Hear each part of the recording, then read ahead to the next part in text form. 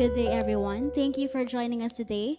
Before we dive into our program, I'd like to take a moment to discuss the data privacy clause of this event.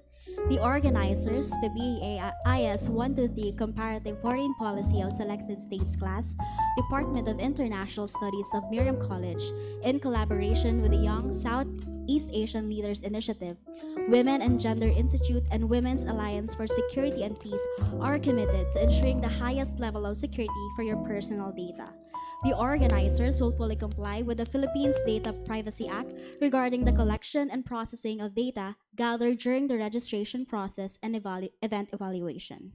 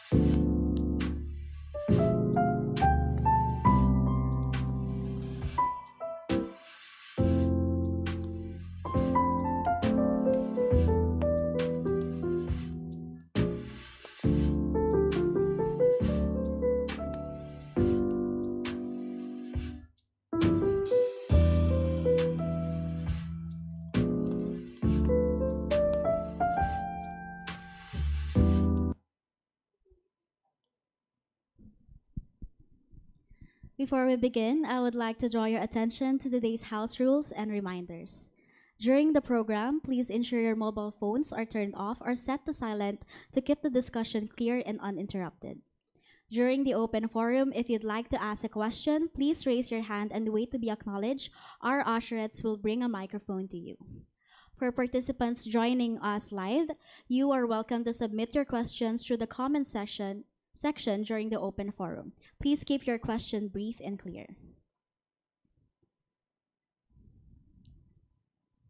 Please rise for our opening prayer led by Zara Mako Bacob, an IS student from the organizing committee, followed by the Philippine National Anthem.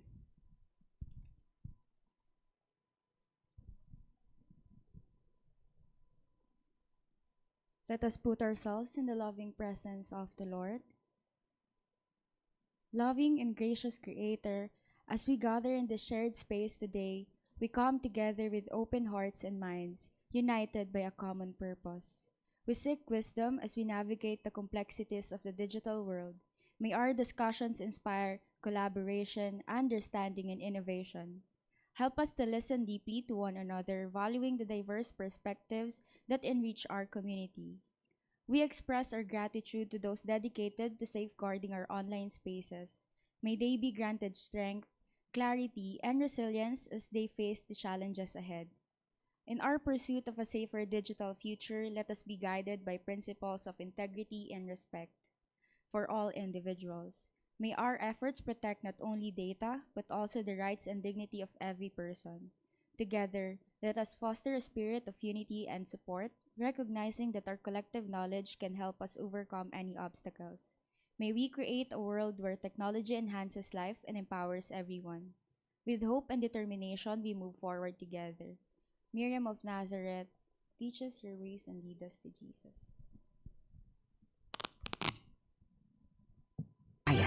Tumayo po tayong lahat at sabay-sabay nating awitin ang pambansang awit ng Pilipinas. Ayang pag-ibig, pero sa silanganan, alam ng puso, sa dilim mo'y buhay. Lumang hinirang, gulat ka ng pag-ibig, sa pagdulugin, di ka masisingil, sa lahat ng tulog, sa sigat at sa lalim mong bahaw, may ginagang tula at awit sa paglayang minamahal. Ang isang ng patawad mo'y talumpay na naghihiling, ang bituin at araw na kailan pa may maghihiling. Lumay ang araw ng 100%, buhay ay langis sa piling mo. Ang higaya na pag ay makahapit, ang mamatay ng dahil sa'yo.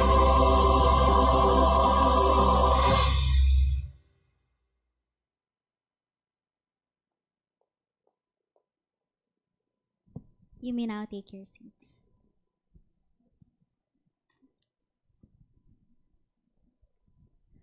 Good day to all our participants who are joining us on site here at Henry C. Senior Innovation Center, Miriam College, Quezon City, and to those tuning in online via YouTube.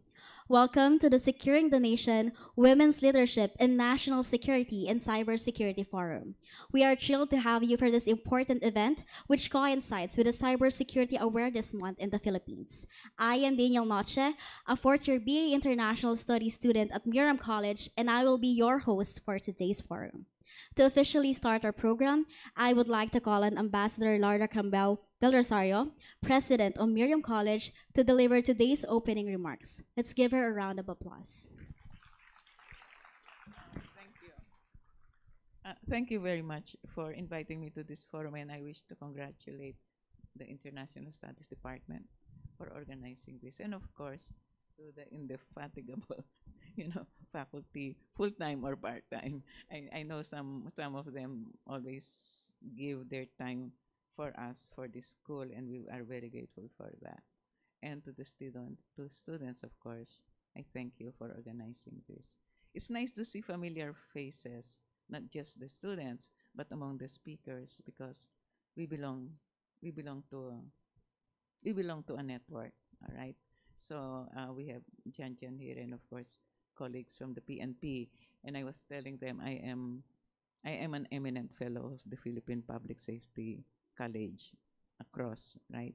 Um, After UP Town Center, there's an institution there called Philippine Public Safety College. That's where our police, everybody that has something to do with public security, they go there for training. And almost always I'm asked to lecture on matters of security. From where I come from, at least I come from the defense and national security and foreign policy aspect. When we talk of security, we don't just talk about invasion of the land or invasion of the seas, our waters. Right now, the main threat really is invasion of our cyberspace. And it's the most crucial of all because we don't see it. Unlike, of course, if you know what's happening in the West Philippine Sea, there are skirmishes, there are conflicts there. Of course, on land, you will know it, right? You will see an airplane crossing or you see an invasion of a warship. But in cyberspace, you don't see it. It's silent. It's not noticeable. And of course, I'd like to think that women have a role in national security. In the first place, I think the thing that I noticed about the role of women in government, at least in general, during my time, it was a very small no, a very big representation. The problem is when women join in government, they start at the bottom and they remain at the bottom. And it's the men who occupy the higher space, right, Jan? And we wonder, is it gender bias? Is it because they think we are not as good as they are? During my time, the explanation was very simple. Government pay at that time was lower. And so the women took the lower pay while the men went to the corporate world. Now the pay is higher in government. So now there are more men entering government. And thank God there are more women also with higher qualifications that enter government. And they are not just clerks and secretaries who mix the coffee, who serve the coffee of their bosses. So it is in cybersecurity right now. There are only 25% of you girls or ladies in cybersecurity. Just 25%. And why is it so? Because again, the men go to the higher pay in cybersecurity. They are being hired by private corporations. I assure you that Ayala Corporation might have a stronger cybersecurity group than the National Security Group of the Philippines because they can afford to pay them. But for of you girls, sorry guys, I have to tell the girls, okay, because this is primarily for them. If you want to join the core of cybersecurity people, I think you better start training also in cybersecurity. I wish we had a department of engineering. That's a field that I've been wanting Miriam College to introduce, but we are a liberal arts college. We never really considered anything on technology and engineering. But aside from that, aside from the presence of women in national security and cybersecurity, I'd like to think that cybersecurity or cyberspace has a different impact on us women in the same way that the internet has a different impact on us. If you notice, I hope you're aware when you use your mobile phone, your applications, whether you are being influenced by it, whether there's something you might not be aware of it, there might be something that's appealing or in a way undermining you as women, all right? So please be careful of the impact on on you as women and what we call the feminine. Is there a feminine agenda in cybersecurity? And I'm sure our experts here will really do that. And Jan is an expert. I always listen to her every time she gives a talk because somehow we always bump into each other. I would talk about defense and she would talk about cyber. So I'm talking about defense of the West Philippine Sea. She's talking about defense of the cyber. So I wish to congratulate, of course, and Jonah and I often see each other also outside Miriam College, and she represents, of course, another branch of government, also policy making, right? she does policy making in government, and I'm glad that she's there because she also sees things differently than from us who are in the academic world alone. So to all of you, I wish you a very fruitful discussion today.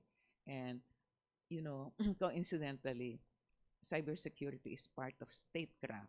Statecraft is the tool that states use to impose their will on other people on how to promote their national interest. Unfortunately, or fortunately, I'm giving a lecture at 2:30 on statecraft at the Little Theater. Sayang, medyo nagka, nagkadugtong. I was not supposed to. I was only asked last Thursday to be part of that lecture series because I think Jonah must know Dr. Joseph Yap is giving an economic analysis why Vietnam has become more successful than the Philippines. And it's vis-a-vis China. And every time China enters, they say, Ma'am, sama kayo. It's as though I'm a China expert. I'm not. Okay, maybe I'm just a yapper. I like to talk a lot. All right. So again, to Mel and company and to Jonalyn, thank you so much. And to the rest of you, I wish I can stay, but I have to rush to my own. Kasi mag-update kami, magmamarites kami sana. O sige, so good afternoon and welcome to Miriam College, those of you who are coming from the outside. Okay.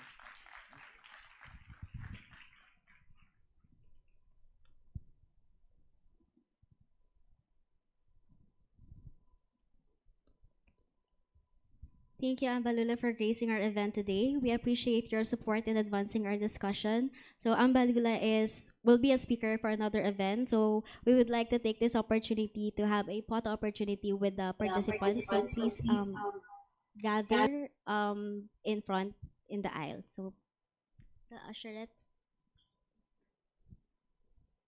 So please gather in the aisle for a group photo. The documenter will take photos in front. Yes, stand up. Gather in the aisle. Yes. Everyone, please stand up and gather in the aisle. Yes.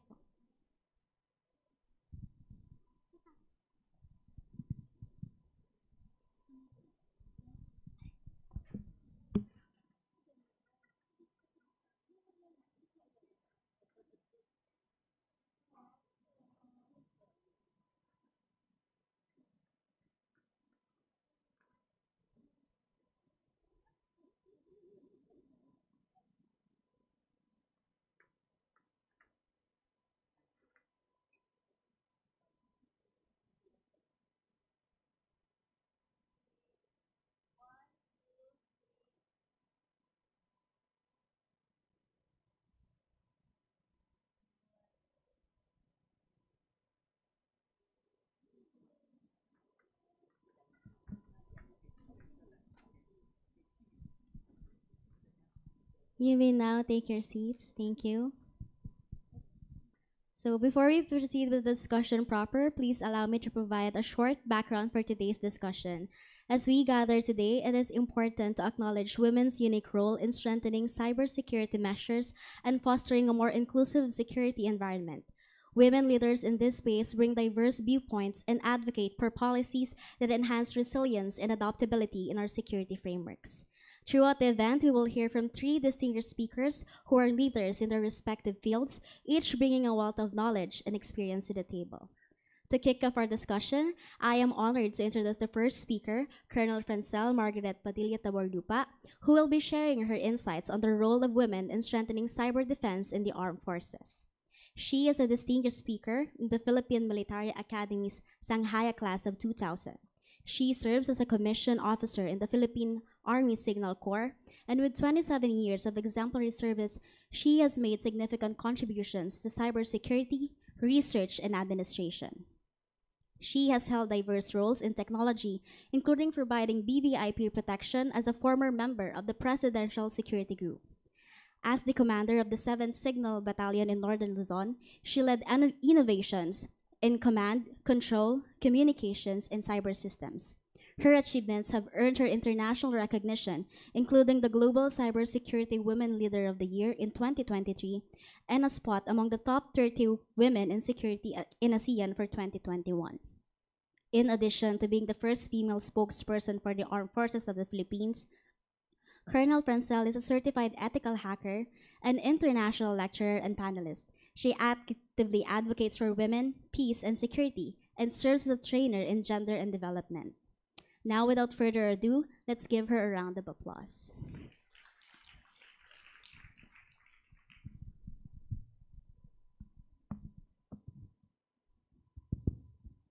Yes, magandang hapon. Let's not be very formal and serious. So we'll just make it very conversational. So as the first speaker, I set the bar. Nakaka-pressure. So I will be the nexus. I will be the nexus between Ma'am Jan and our university president, because she talks about West Philippine Sea and Ma'am Jan cybersecurity. So I will be the nexus for both. No? So I am tasked to speak about the role of women in strengthening cyber defense in the AFP. So basically, no, what the AFP did through the years, through our gender and development, no, is to promote equal opportunities and diversity. So at this point in time, being the first female spokesperson of the Armed Forces of the Philippines, it shows the diversity, no, na ang tagapagsalita ng sandatahang lakas ay isang babae. So parang it comes at an opportune time as well that the West Philippine Sea issue is really very hot at this point in time. No? So ako nga, I can never say when my tenure will end, because they say that my tenure ends with my last statement. So I can say the wrong word, just a single word today, and tomorrow I lose my job. So ganun talaga siya, ang pressure with that, no? So here, the Armed Forces of the Philippines pays tribute to the females. Now, with inclusivity and diversity, the females are now in the front lines of the battlefield. So before, nung time namin, I am class 2000, no? The first females in PMA was 97. So we're the first batch to complete 4 batches in PMA na meron ng babae. So we were guinea pigs of sort na kailangan kung ano yung dinaanan ng lalaki, yun din yung dadaanan namin. No? So the organization is learning through the years, and so natututo lang sila with experience. So yun yung pinaka-challenge sa amin. So when we graduated, even as we joined the army and we were warriors, no, we were not allowed to be on the front lines because babae ka nga eh. So you will have your period days, you will have, traditionally, di ba, ang mga Pilipino, maternal yan eh. Alagaan nila yung nanay nila, ilaw ng tahanan. So, ang sabi nila, yung female daw, when we do operate, more of a liability ka. Kasi pinoprotektahan ka ng tropa, instead na nakatingin sa kalaban, ikaw ang tinitignan. Baka madapa ka, o kung anong mangyari sa'yo. So, hindi kami allowed before to be in the infantry. The farthest the female can go in leadership roles, and even in the field, no, is command support, no? So, yung artillery, mga kanyonero, no? Yung mga nasa tangke, yung ating armored. We also have our aviation battalion. We have women pilots, no? And ako nga sa Signal Corps, we do communications. So C4S, Command Control Communications and Cyber. So to each his own. Napakalawak ng Armed Forces, no, na maraming talents and specializations within the Armed Forces of the Philippines. So we're really very thankful that through the modern times, we are given the opportunity to serve in various capacities, especially in leadership roles. So we tried to eliminate the bias in terms of that. So now, Army now deploys women to the front lines. We also have 1 battery composed of all females, no? So yung mga kanyonero natin, pati yung paglagay ng bala ng kanyon. So it's very heavy, no? Now we have all female teams performing such, no? And over and above that, we also recognize the value of women in these different roles, no? So kung titingnan nyo, dito sa taas, nasa na si Cutie? So dito sa taas, na we were able to honor these valiant leaders, no, commanders yan sa field units, yung mga nandito sa green side. And of course, I'm very proud to be with Ma'am Jan Arceo, who is my mentor, no? When I was in schooling, the highest military schooling ng Armed Forces of the Philippines is the Command and General Staff Course. And I'm very fortunate na natapat ako sa team ni Ma'am. She was my panel during my days in CGSC with my paper. And so she was a mentor of sorts, no? Siya nasa kumbaga professional na siya in this field, and so she was really giving me very good advice. And ang tumatak sa akin that what she said is that our paper should not be shelved just as a paper, because you did so much research, and that kahit hindi yun nag-best paper, inilaban namin siya na best paper, nonetheless, we feel like it's a victory for us because it was put into practice in real life, no? So it was operationalized.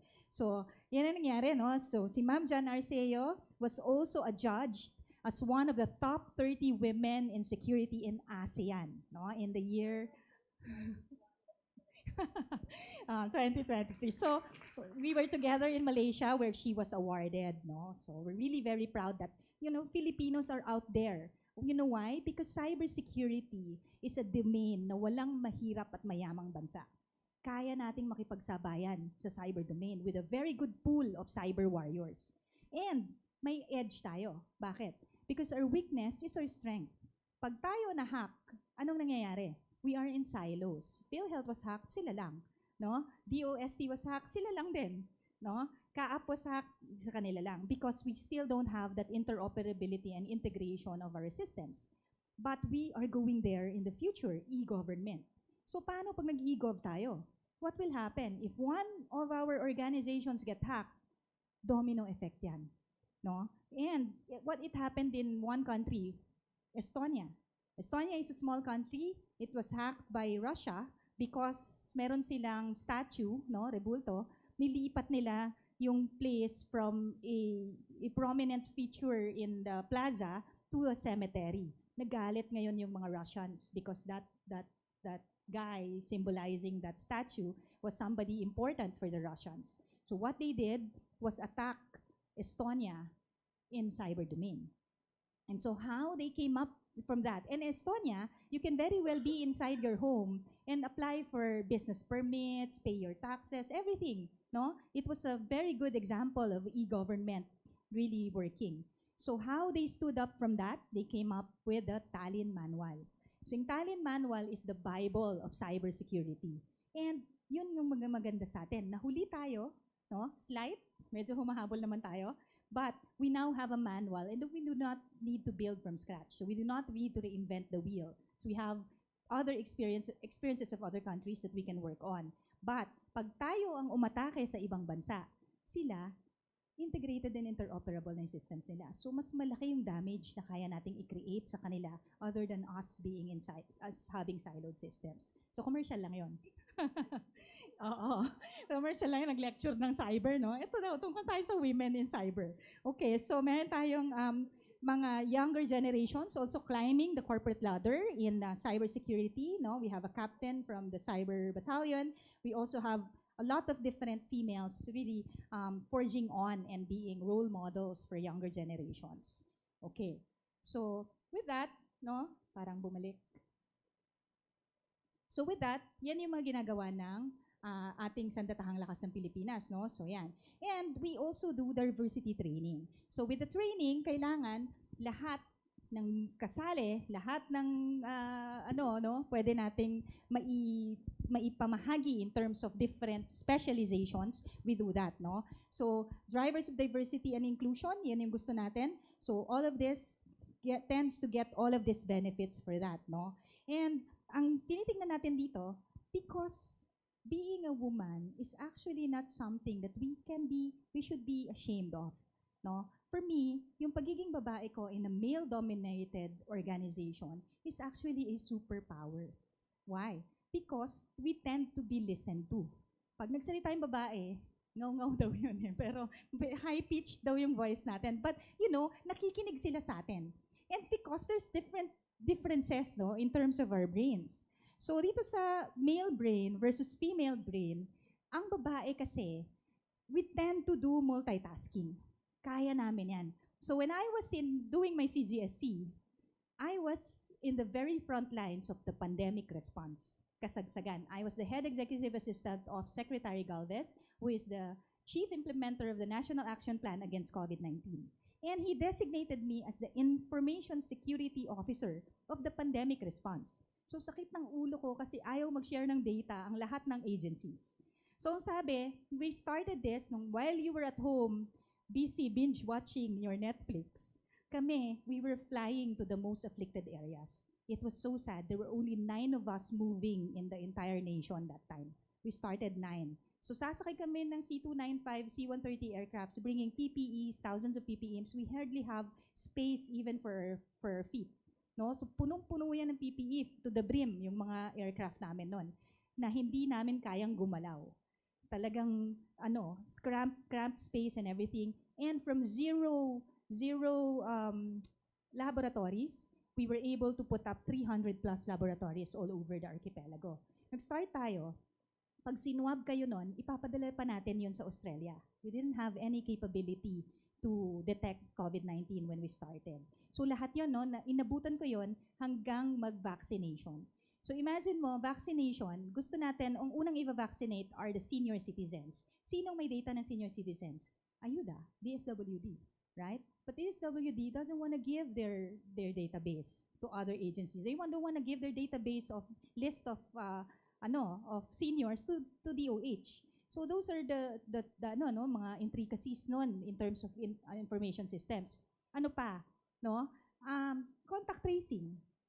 Bakit pag pumunta kayo ng Davao, iba yung QR nyo sa Davao Airport? Paglabas mo ng Davao Airport, may QR si Davao City. Diba? So we wanted one QR, one person. And we have the national ID system. Why not put one QR to the national ID and it will be your QR forever? But don't be sure, just don't lose it. Bakit tayo ang magbabasa ng QR ng mga mall? Hindi ba dapat yung mall ang nagbabasa ng QR mo? Para alam ng mall sino yung pumasok. So those are the things na gusto naming i-promote. But, elections was coming. They wanted the funds. They wanted to implement their own systems. So yun talaga yung mahirap, no? If the cooperation between different local leaders, yun yung mga natin. So ito, we have something to offer to the table. Sorry, yung maliit, pixelated na siya. But the male brain, vis-a-vis the female brain, females tend to be more effective in multitasking. Ang lalaki, gusto niya, ito lang muna, tatapusin ko lang yan. Pagka nga minsan may kausap siya sa telepono while driving, multitasking na yun kasi may kausap na siya sa phone, nagdadrive pa siya, papatayin niya na yung radyo. Kasi distraction na sa kanya yon, no? Kami, babae, pwede nagme-makeup pa kami, may kausap pa kami sa phone, nakikinig pa kami ng radyo, no? So all those things, these are the differences between male and female brains. Physiologically, meron din. Bakit nagagalit kayo? Boyfriend and girlfriend, naglalakad, tapos ikaw, malayo pa lang, nakikita mo na yung chicks na sexy, di ba? Tapos yung guy, pagtapat ng chicks, titinginan pa niya hanggang ganon. Kasi mas maliit ang retina ng guys. So they cannot perceive from afar. Yung babae, nakita mo na siya, hindi pa niya nakikita yon. Kaya pag dumaan, susundan pa niya. Kaya nagagalit yung babae. Pero intindihin niyo, physiologically, that's the explanation. No? So yon. And problem-solving skills, magaling din yung mga babae dyan. No? So tend to be yung mga babae, ang mga lalaki kasi, fixed sila kung ano yung i-perceive nila. No? Ang babae, mas madali kaming makakita ng small details. Kaya very effective kami sa different operational settings. So I was in PSG, no, I work in PSG for so long, 3 presidents, no. Ako yung uniformed aide sa likod ni President Arroyo before. And then I was in cyber during the whole term of President Pinoy. And then I worked for a few months with President Duterte. And with that, no, kami yung nakakaisip na kailangan ng payong. Kailangan ng, alam mo yun, yung elevator kailangan sabay kasi hindi kasya lahat sa isang ano. So yun yung pag-iisip ng babae, they tend to think of the very small details. So very, very effective. So in terms of that, so other than being a mind, we are also the voice. So ako po talaga the voice. So begin the spokesperson. So ang characteristics ng voices natin, high-pitched ng female. So, tendency, parang mas nakaka-attract siya ng attention na, may nagsalita. So, lilingunin, di ba? Pag ba may sumagot, may nagsalitang babae. So, because it's high-pitch, we have a complex range of sound frequencies that we can do. No? We're more emotional when we speak. Melodic and soothing siya, and more trustworthy ang dating niya. And ang tendency, pag ako and another spokesperson, mas binobombard ng media yung guy. So parang hindi nila, baka kasi daw umiyak ako pag ako yung ng media. So parang hindi nila masyadong inaano yung female. Hindi katulad ng pag male yung spokesperson, hindi kayo mga AFP, mga berdugo kayo, pinapatay niyo yung mga ano, ganyan, di ba? Pag sa akin, hindi sila ganoon, no? They're like, Colonel, anong masasabi mo sa ano, no? So may ganong aspect siya. And for guys, they're more neutral, low pitch, little or no emotion, and they tend to be more commanding. So yun yung mga superpowers natin that we can leverage on, no? So with that, sabi ko nga, nag-diversify kami by having a female spokesperson for the first time. And because I set the bar, sana naman po ay hindi ko ibiguin ang sandatahang lakas ng Pilipinas sa aking performance. So far, wala pa po akong 1 year. I'm around 8 months to date. I think, I'm 10 months na, no? So sana naman ma-reach ko man lang at least 1 year mark. So yan. And with that, no, ito yung ginagawa namin sa Sandatahang Lakas ng Pilipinas. So we're looking at now cyber-wise, no, if the opponent is using AI-driven attacks, artificial intelligence, therefore we should also use AI in terms of defense. No, hindi pwedeng magpahuli tayo sa usaping ito. No, over and above that, we have tried to reach out to different organizations. So ito, meron tayong ito sa inyo sa WASP, no, where AFP is very, very much, very supportive dito sa ganito. And I also thank Ma'am Jan, no, for introducing me to DIWA. DIWA is from DICT, kay Yusek Giselle Batapa-Sige. And maganda yung samahan namin doon. And we're having more and more empowered women in tech joining. So ang goal ng DIWA is to have more females in STEM. So we're looking at women and girls. So talagang lumalapit kami sa universities to talk to them and entice more girls, no, to join the STEM field.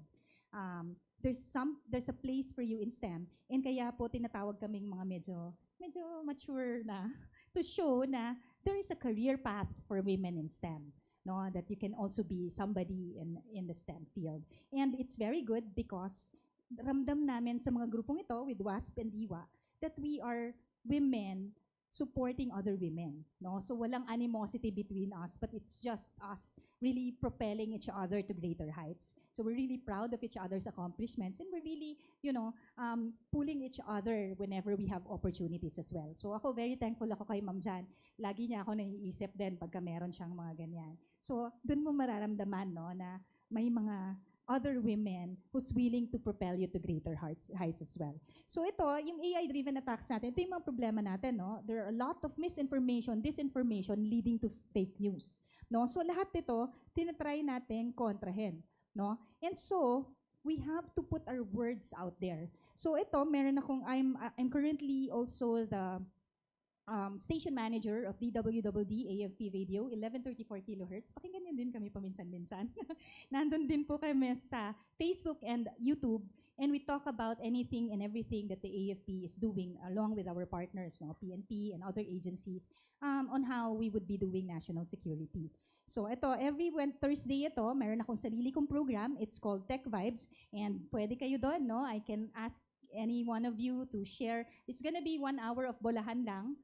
Your insights, whatever it is na, so it's like a talk show of sorts. Okay? So, over and above that, we also launched the Cyber for Peace initiative. So ito nga yung very thankful ako kay Ma'am Jan because it started just as a paper. So this was my research when I was in CGSC.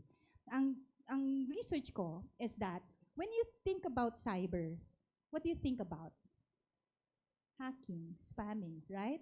So, you're one of all the others who thinks of cyber as a negative thing. But cyber offers also positive things. It gives you research. It gives you an avenue to talk to your kamag-anaks na nasa ibang bansa. It gives you an avenue to have, be able to talk to your families when you're away. Diba? So there's a positive side to it, and that is Cyber for Peace. The Cyber Peace says that there is a school of thought that it is a possibility to attain a state of peace in the cyber domain. Yung ibig sabihin, pag nag-access kayo ng internet, panatag yung kalooban yung hindi kayo ma-hack, hindi kayo masascam, then that is cyber peace in itself. And so, we launched the Cyber for Peace initiative. And alam nyo ba, nung na-assign ako ng Northern Luzon Area Fort Magsaysay, Ma'am Jam would even come and, she would grace my activities in my battalion. And so, itong Cyber for Peace is basically technology for development. So, nag-reach out kami sa mga universities, and then we will take in OJTs in my battalion. We will teach them how to do a lot about IT. So, repair and all those things. I do a lot of cyber hygiene talks to my different localities in the area.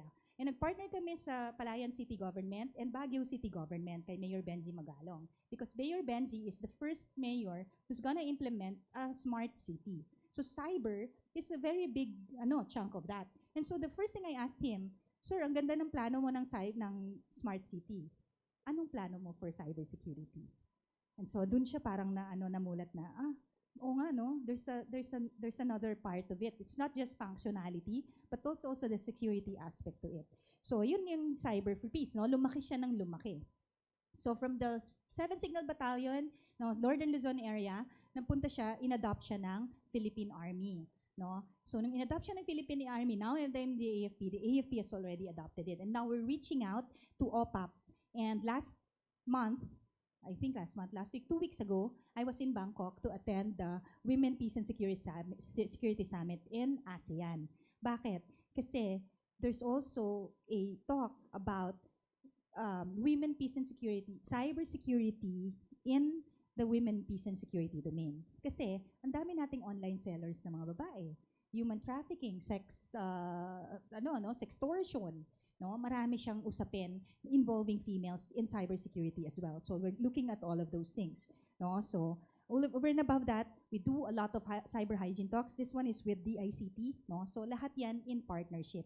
Kasi mas mahirap solusyonan pag nangyari na. Tanungin nyo yung ating pulis, puro sila investigasyon, but hindi niya halos maibalik yung na-scam sa inyo. So anong kailangan? Prevention. So kailangan talaga cyber hygiene talks. Because for lack of a better term, pag sinabi kasi natin cybersecurity, people think, ayoko niyan, tech naman yan, hindi ko yan naiintindihan. But the thing is, as long as you have a cell phone and you connect to the internet, you're part of cyber. Diba? So pag ang bawat Pilipino, mapanuri, hindi nagkiklik ng link, hindi nagpapaloko, collectively, we're forming our fence of cyber defense of the Philippines and having that Philippine cyber domain na wala naman talaga. Diba? So yan. So, over and above that, this one is the West Philippine Sea issue. And we launched the Complan Mulat. It's called the Communications Plan Mulat. Mulat is awakening. So each and every one of us should know yung kung ano itong West Philippine Sea issue na ito. Itong geopolitical issues natin ang punot dulo ng lahat ng nangyayari. I ask each and every one of you to take a step back, no? Look at the bigger picture and connect the dots. What is happening in the country? Pogo's illegal side of it, no? Andiyan na cybersecurity, hacking, trafficking, no? Human trafficking, napakarami. Pogo, isa pa lang yan, no? Sister cities. So what do they do with sister cities? They fund our politicians, no? Meron kayo ngayon covered court. And in effect, yung local politician, sikat siya. And sikat siya, mananalo uli siya sa election. So now, we're facing what? Election season. And they will really try to push their own candidates out there. And they have the funds to give it to them. Sister cities, ano pa? They are sending us professors from China to speak to universities. And they're giving out the Chinese narrative. No? Ano pa? Napakarami nilang ginagawa, no? These are all called United Front works and their political works. And at this moment, I can tell you, we are already at war. We are at war with words, no? He says, she says yan. Kahit na hindi natin ginawa, ang sinasabi nila, tayo yung gumawa. Binangga daw natin yung mga bangka nila, and they are staging it, no? They're staging this things that they put out on media. No? So, lahat yan. Ano pa yung mga yan? Reclamation. Reclamation is really destroying our environment. No? Over and above that, we have black sand mining. And what did they do? They destroyed 21,000 acres of our coral in the West Philippine Sea. And anong ginawa nila dito sa destroyed corals na to? Tinambak nila sa artificial islands nila the whole of South China Sea. They have a lot of artificial islands doon. So I give you a historical context, no? To 1992, pinalayas natin ng US bases. Right? 1994, 1995, anong nangyari? China went to mischief reef. And nandun siya, pumuntahan natin sila, there was a stand to. Chinese vessel, Philippine vessel. No? Anong ginawa ng US? Gumit na sa atin. Ang sabi, huwag kayong mag-away, both of you leave the area. And you know, the Philippines left, and what happened to mischief reef? China took it, and now it's a militarized zone with artificial islands. So, that was 1994, 1995. It was a bad experience for the Philippines. And we knew that they were trying to do that now to Ayungin Shoal. And because nalaman natin na gagawin nila yon, ginawa nila sa mischief reef sa Ayungin Shoal, what did we do? Naglayag si LS-57, BRP Sierra Madre, the one that you see on the news. And purposely, sinadsad natin siya sa Ayungin Shoal. And because it's there, it is the single symbol of sovereignty of the Philippines in the area, that West Philippine Sea is ours. So non-negotiable, we will not remove that ship. To this day, kahit na malalaglag na siya at nagbubulok na siya, it is still a commissioned Navy vessel. And because it's a commissioned Navy vessel, it's our territory. And we're authorized to carry firearms in those areas. So yun yung kinokondakan natin ng rotation and resupply mission. So iniikot natin tropa, kukunin natin, bibigyan natin ng pagkain. In the whole West Philippine Sea, we have 9 features, 7 features and 2 islands. Lahat yun, meron tayong Armed Forces of the Philippines. And lahat yun, niro-rotate and resupply natin. Ang pinakamadrami lang is Ayungin Shoal. All the other 8, lagi tayo nagro-rore, Navy vessels. Only Ayungin Shoal do we use the Onaiza Maze and Lapu-Lapu because hotbed nga siya. And what happened now? So, hindi nila nakuha si Ayungin Shoal. Now what they're doing is Escoda Shoal. Naramdaman natin na nagkaroon na naman ng build-up artificially ng corals to Escoda Shoal. Bakit? Kasi ang Escoda Shoal is underwater. If it's on top of the water, you can build on it. But para makapag-build sila ulit doon, they're placing corals there. So nung nalaman natin, pumunta ang ating BRP Magbanwa, Coast Guard. No? Tinapatan niya siya ng China ng monster ship. Right? But what did they do? They blocked our resupply, rotation resupply missions, and so we had to pull out Magbanwa because our troops in Coast Guard are already dehydrated and all. So yun. But that's the story. So kung maririnig nyo sa news, now you have a context on what's really happening. As in marami pa to, but I only have 15 minutes. So that's alamin for RCs, no? You have to know the historical claims that we have there. And our rights, ipaglaban natin to. Because in the arbitral ruling, which is applied by 162 countries, including China, we have won the ruling that West Philippine Sea is our exclusive economic zone. So mali na sabihin na ang West Philippine Sea atin ito. Why? Because it's exclusive economic zone. So ibig sabihin, ang yaman nito ang sa atin. So ang yaman ng West Philippine Sea ay para sa Pilipino. So tayo ay pwedeng mangisda dyan, exploit our oil resources and everything, but the waters are free and open. No? So free and open Indo-Pacific ang pinaglalaban natin nan. But the resources, 200 nautical miles is ours. But from the baseline, ibig sabihin yung nakalabas sa tubig during high tide, yun yung dulo natin baseline. Measure 12 nautical miles, that is our territorial sea. Pag pumasok sila sa 12 nautical miles, bakbakan na yan. No? That is our territory, makikipagpatayan tayo dyan. That is why, sa news, nakikita nyo, dumadaan yung barko nila, and ang sinasabi nyo, kayong AFP, wala kayong ginagawa. Because they're very careful not to go to the 12 nautical miles. So yung exclusive economic zone to 200 nautical miles, they can still pass by. But they cannot stop and do something else. They can only pass by. So binubuli nila tayo, and pinapaggulo lang nila yung usapan natin. No? So para may inkling lang kayo na, andyan na walang ginagawa yung AFP. So pinapagalit nila tayo sa isa't isa. So let us not be swayed into this narrative that they're doing. So ito yung ating karapatan, atin yan ipaglaban, and this is our future. Suportahan natin to. Ito, kahit kayo, bata pa kayo, you know this, you have to pass this on sa ating saling lahi. Mamanahin pa to ng ating anak at anak ng anak natin. So dapat, protektahan natin ito. No? So, yan, it is our future, and we really have to support this. So with all of that said, no, this is our plan of doing it. ano ang aming ito yung kinuwento ko sa inyo, no, from 1992 to this day, no? And all of those things that they're doing is called ICAD activities, illegal, coercive, aggressive, and deceptive. This is what we use. These are all Philippine narratives. And this is because of the 9-dash line. So ang kinusto nila is the South China Sea, almost all of it, they want it for themselves. And that is not gonna be the case. Kaya ang buong mundo is behind us because nobody wants to pay toll to China because they're delivering vehicles or gulay or prutas, right? So, kaya yan. And West Philippine Sea, the green line, is inside South China Sea, no? 200 nautical miles. So, yan. Alright? So, yung conflict nito is right versus might. Sa UNCLOS, tayo ang tama, yun ang pinaglalaban natin. And by foreign policy of the President, there's powers of the state, right? Yung mga international relations, DIML, diplomatic, information, military, economic, law, no? And sa President, diplomatic ang first. But of course, yung AFP, we have to be prepared dahil ipagtatanggol namin kayo kahit anong mangyari. So what are we doing? We're modernizing, we're strengthening alliances, no? And all those things, no? So right versus might, sila, dinadaan nila tayo sa dahas. They are the biggest navy in the world. They have around 500 vessels compared to a few of ours, no? Pati yung sa puwersa natin.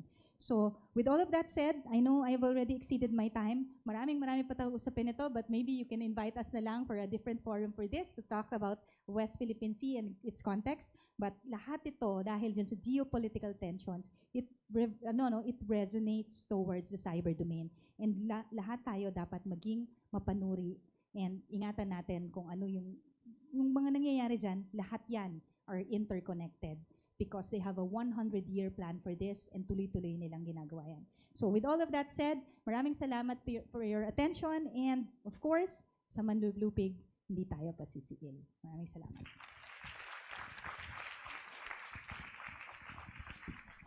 Thank you so much, Colonel Francel, for that enlightening presentation. Your insights on the integral role of women in military cyber defense truly highlight the importance of diverse perspectives in our national security strategies. Now let's move on to our second speaker. It is my honor to introduce Police Colonel Novaji De Castro. With a remarkable background that spans law, public safety, and healthcare, she brings a wealth of knowledge and experience to our discussion, the role of law enforcement in combating cyber defense threats, strategies, and best practices. Currently, she serves as the Chief of the Legal Affairs Division of the PNP Anti-Cybercrime Group, where she plays a crucial role in addressing and navigating the complex challenges posed by cyber threats. Police Colonel De Castro has been recognized with numerous awards and commendations throughout her career, including an international accolade as Officer of the Year at the 10th Annual Women in Policing Conference held in Tbilisi, Georgia in March 2023. This recognition, organized by the Bureau of International Narcotics and Law Enforcement Affairs of the United States Embassy, underscores her dedication and impact in the field of law enforcement. Please join me in welcoming Police Colonel De Castro to the stage.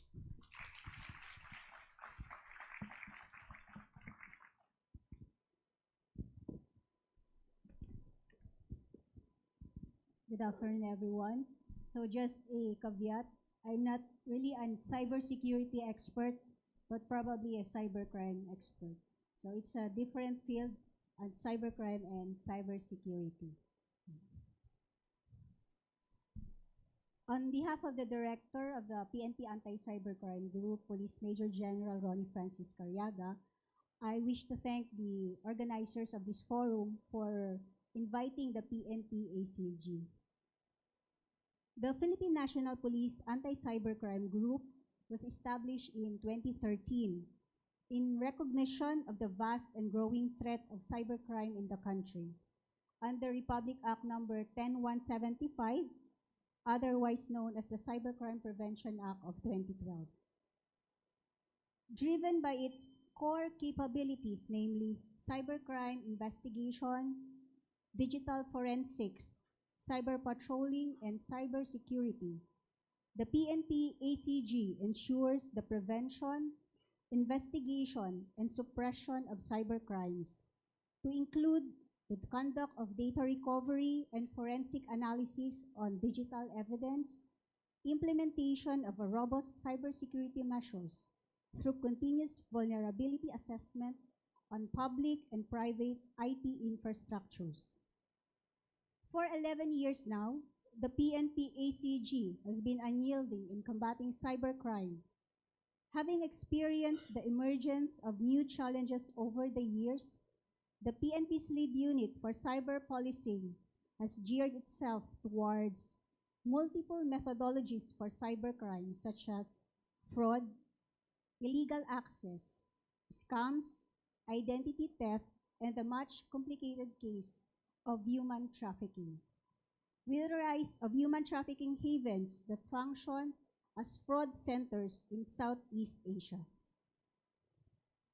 In 2023, the PNP-ACG has two biggest raids on online scam hubs disguised as the Philippine Offshore Gaming Operations or POGOs in Las Piñas and Clark Freeport Zone, Pampanga. We were able to rescue about 2,300 traffic victims. Some were foreign employees tortured or sold for sex.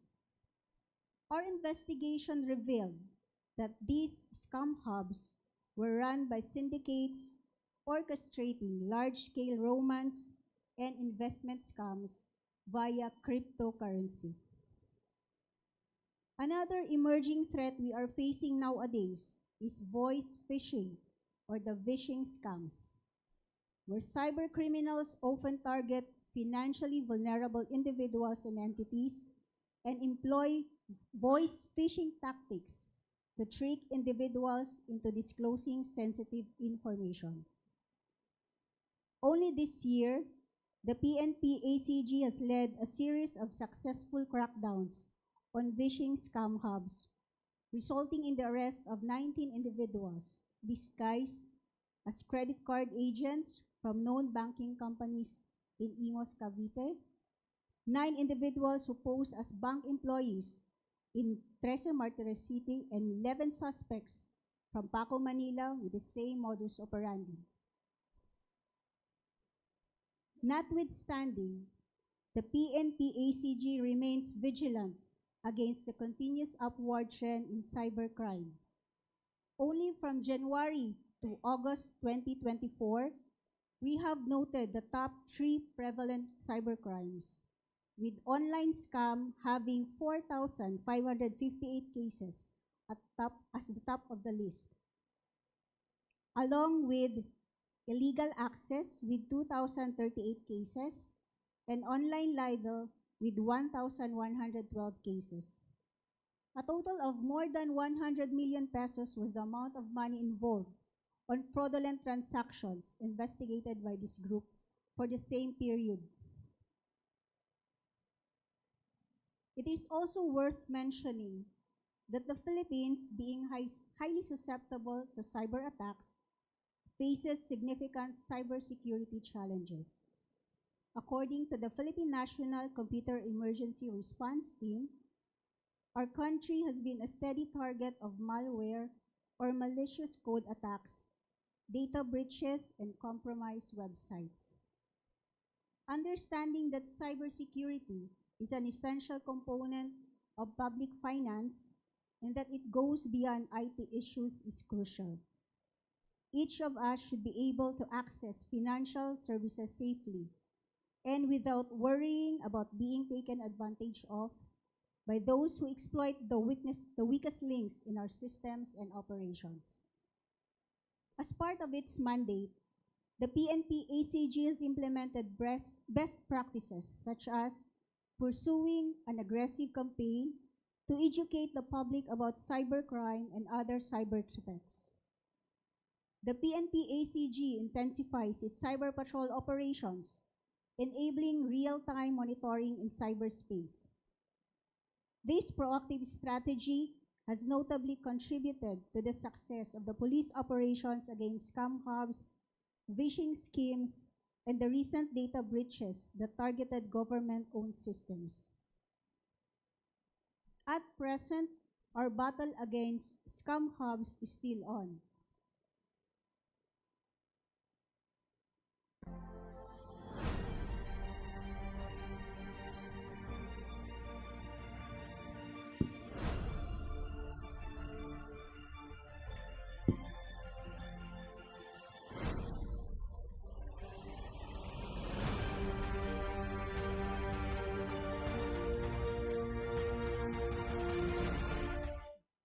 command of no less than President Ferdinand Marcos Jr., banning all POGOs where most organized scam hubs operate in the country, we in the PNP ACG hope to gain traction in terms of carrying out cyber financial investigations and achieving a competitive advantage in cybersecurity.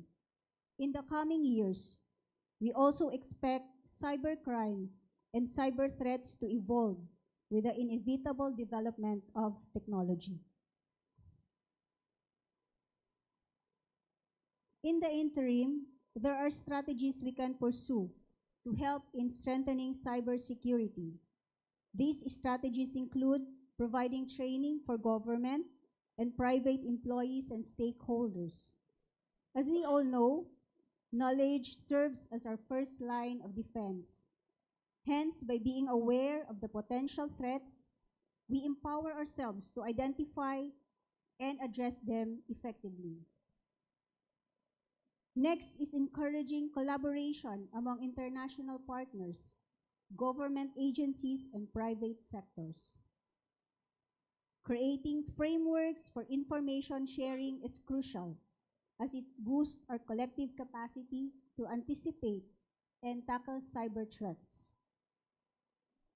Another one is embracing cybersecurity best practices by means of performing regular software updates, implementing password policies, and multi-factor authentication. This may be considered as small steps, but when done correctly and collectively, they can greatly minimize vulnerabilities. Lastly, we also look forward to establishing a comprehensive regulatory framework to improve and expedite police investigations on cybercrimes. Together, let us join forces in the fight against cybercrime to create a safer digital world. Thank you. Once again, good afternoon.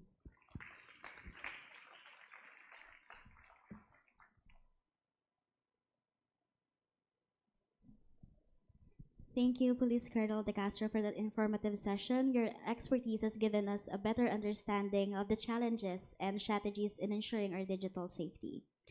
Finally, it is my honor to welcome our last speaker, Lieutenant Colonel Janet Chavez Arceo, who will be discussing ASEAN cybersecurity and the role of women in regional security initiatives. She is a public policy researcher and analyst whose professional expertise spans the areas of cyber diplomacy and sociology, reserve force development, gender and development mainstreaming, military leadership development, and prevention of violent extremism. She also initiated the membership of the Philippine government in the Global Alliance to End Child Sexual Exploitation Online, a coalition of 54 countries committed to pursue concrete actions against child pornography that is spearheaded by the European Commission and the Asia-Pacific Financial Coalition Against Child Pornography. She is a fellow of the United States National Defense University's Near East South Asia Center for Strategic Studies and the University of Cincinnati Center for Cyber Strategy and Policy. She is a National Security Fellow of the Philippine Council for Foreign Relations and a former member of ASEAN Experts Working Group of the Senior Officials Meeting on Transnational Crime. She was awarded as one of the top women in Security ASEAN region in 2022, and she has been serving as the first female battalion commander of a reservist unit in the Philippine Army in the province of Laguna after finishing the highest military schooling with distinction from the AFP Command and General Staff College in 2019. Please join me in welcoming Lieutenant Colonel Chavez Arceo to the stage.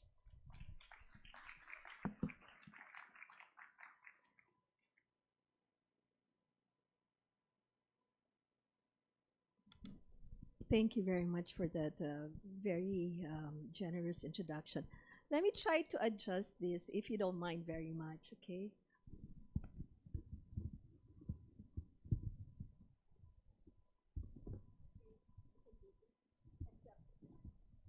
I apologize, of course, to those watching via live stream and online as I try to set up my presentation. I'm very, very happy to be here actually to speak in front of international relations students and women at that, of course, together with the male students here. First of all, let me greet, of course, one of my inspiration and somebody I have very high regard for in terms of our women leaders in the Philippines. Your president, Ambassador Lula, I call her Lula actually, Ambassador Laura Kiambao del Rosario, and of course, Dr. Melanie Reyes, our chairperson, the department chairperson. Yes, ma'am, my seatmate earlier. And of course, Ms. Jonalyn Vallasante of the Legislative Branch. She's also, as mentioned by Amba Lula, we see each other all the time in a lot of meetings and conferences because we belong to the same, well, defense and security sector. She, of course, focusing on the policy side of this matters.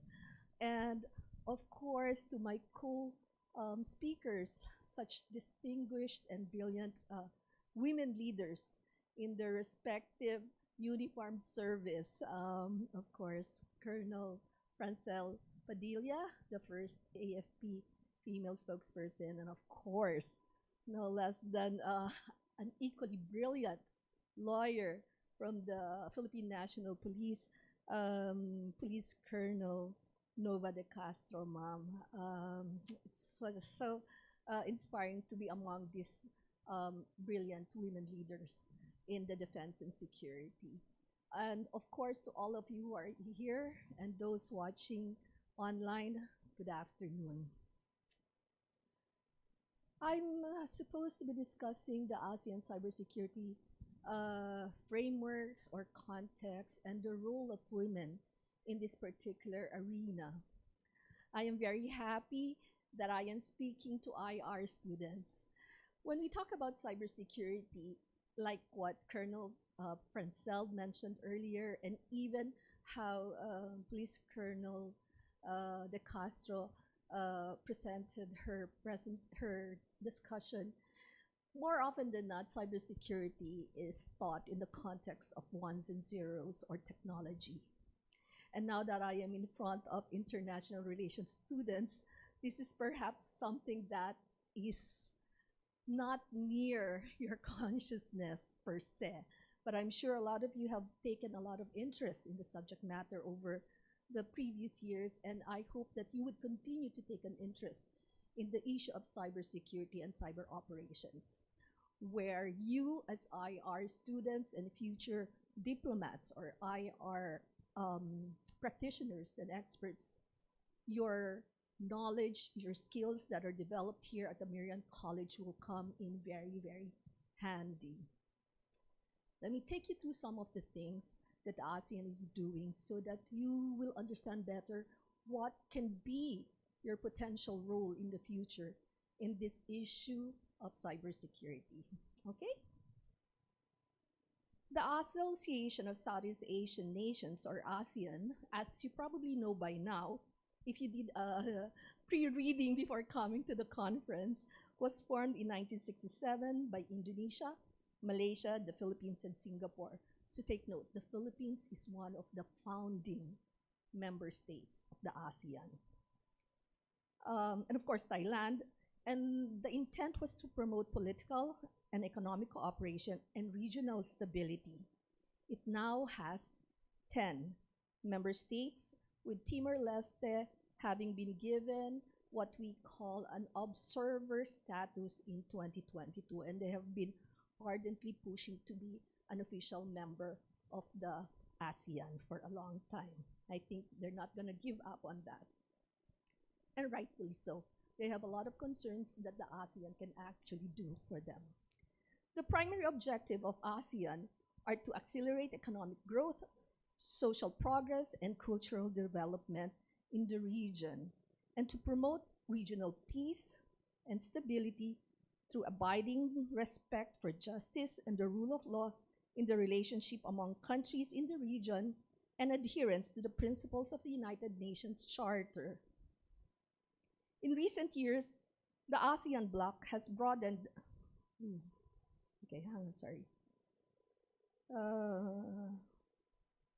In recent years, the ASEAN bloc has broadened its objectives beyond economic and social spheres as those brought about by global connectivity and the accelerated digital economy. So I'm sure you understand what that means. Right now, we are we are in a hyper-connected global economy. And you know that. I mean, your generation is actually born and raised and living in that hyper-connected global economy. Everything that you do now is online or aided and empowered by digital technology, right? The ASEAN is projected to be the fourth largest economy. Thank you. The ASEAN is projected to be the fourth largest economy by 2030, according to economic experts.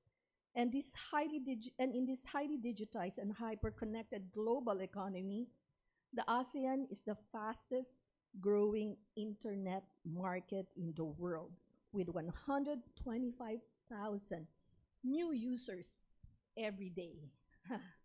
Can you believe that? With Philippines and Indonesia alone, we actually contribute to that 125,000 daily new users. And we are the highest internet users and social media users also in the region, Indonesia and the Philippines. Indonesia by sheer reason of their population, but us by behavior and actual usage. I'm sure many of you are using multiple accounts and multiple phones. Okay? So there are 125,000 new users coming onto the internet every day. The ASEAN digital economy is projected to grow significantly, adding an estimated of $1 trillion to the regional GDP over the next 10 years. That's massive. And for IR students, I'm sure you understand what is the implication of that, right? Especially now that we're not just, that international relations is really about geoeconomics relations, isn't it? That's something that we can probably discuss further during the open forum.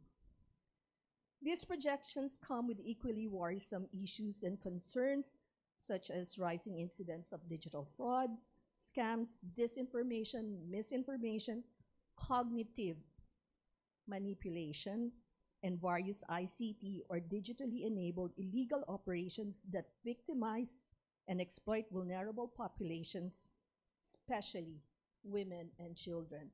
These things Ambalula has touched earlier in her welcome remarks and has discussed extensively by our two co-speakers earlier. And they have actually provided some clear examples of what I am talking about. The ASEAN is a great mechanism to address these issues, and it has come up with various programs and initiatives. One is the Regional Plan of Action for Women, Peace and Security of ASEAN, launched in 2022. Colonel Padilla Taberlupa actually touched on that briefly earlier, as she was a delegate or participant in a recent event aligned to the ASEAN Regional Plan of Action. Next slide, please.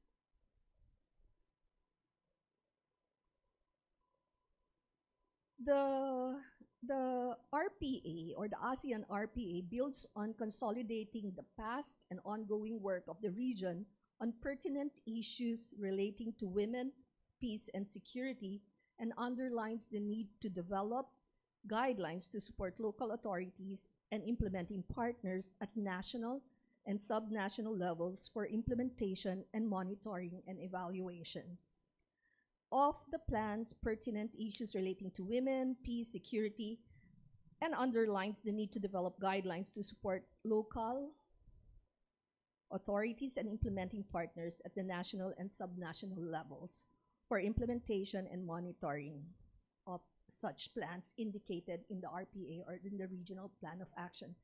So Ms. Jonaline's work in the legislative branch has a lot to do with aligning some of our policies or local or domestic laws in accordance to the regional plan of action. And the work of Colonel Francel and Colonel Nova is the operationalization of these policies at the ground level. So that you can understand the context and how all of these are related. The RPA is a policy framework that recognizes that women must be critical actors. Take note.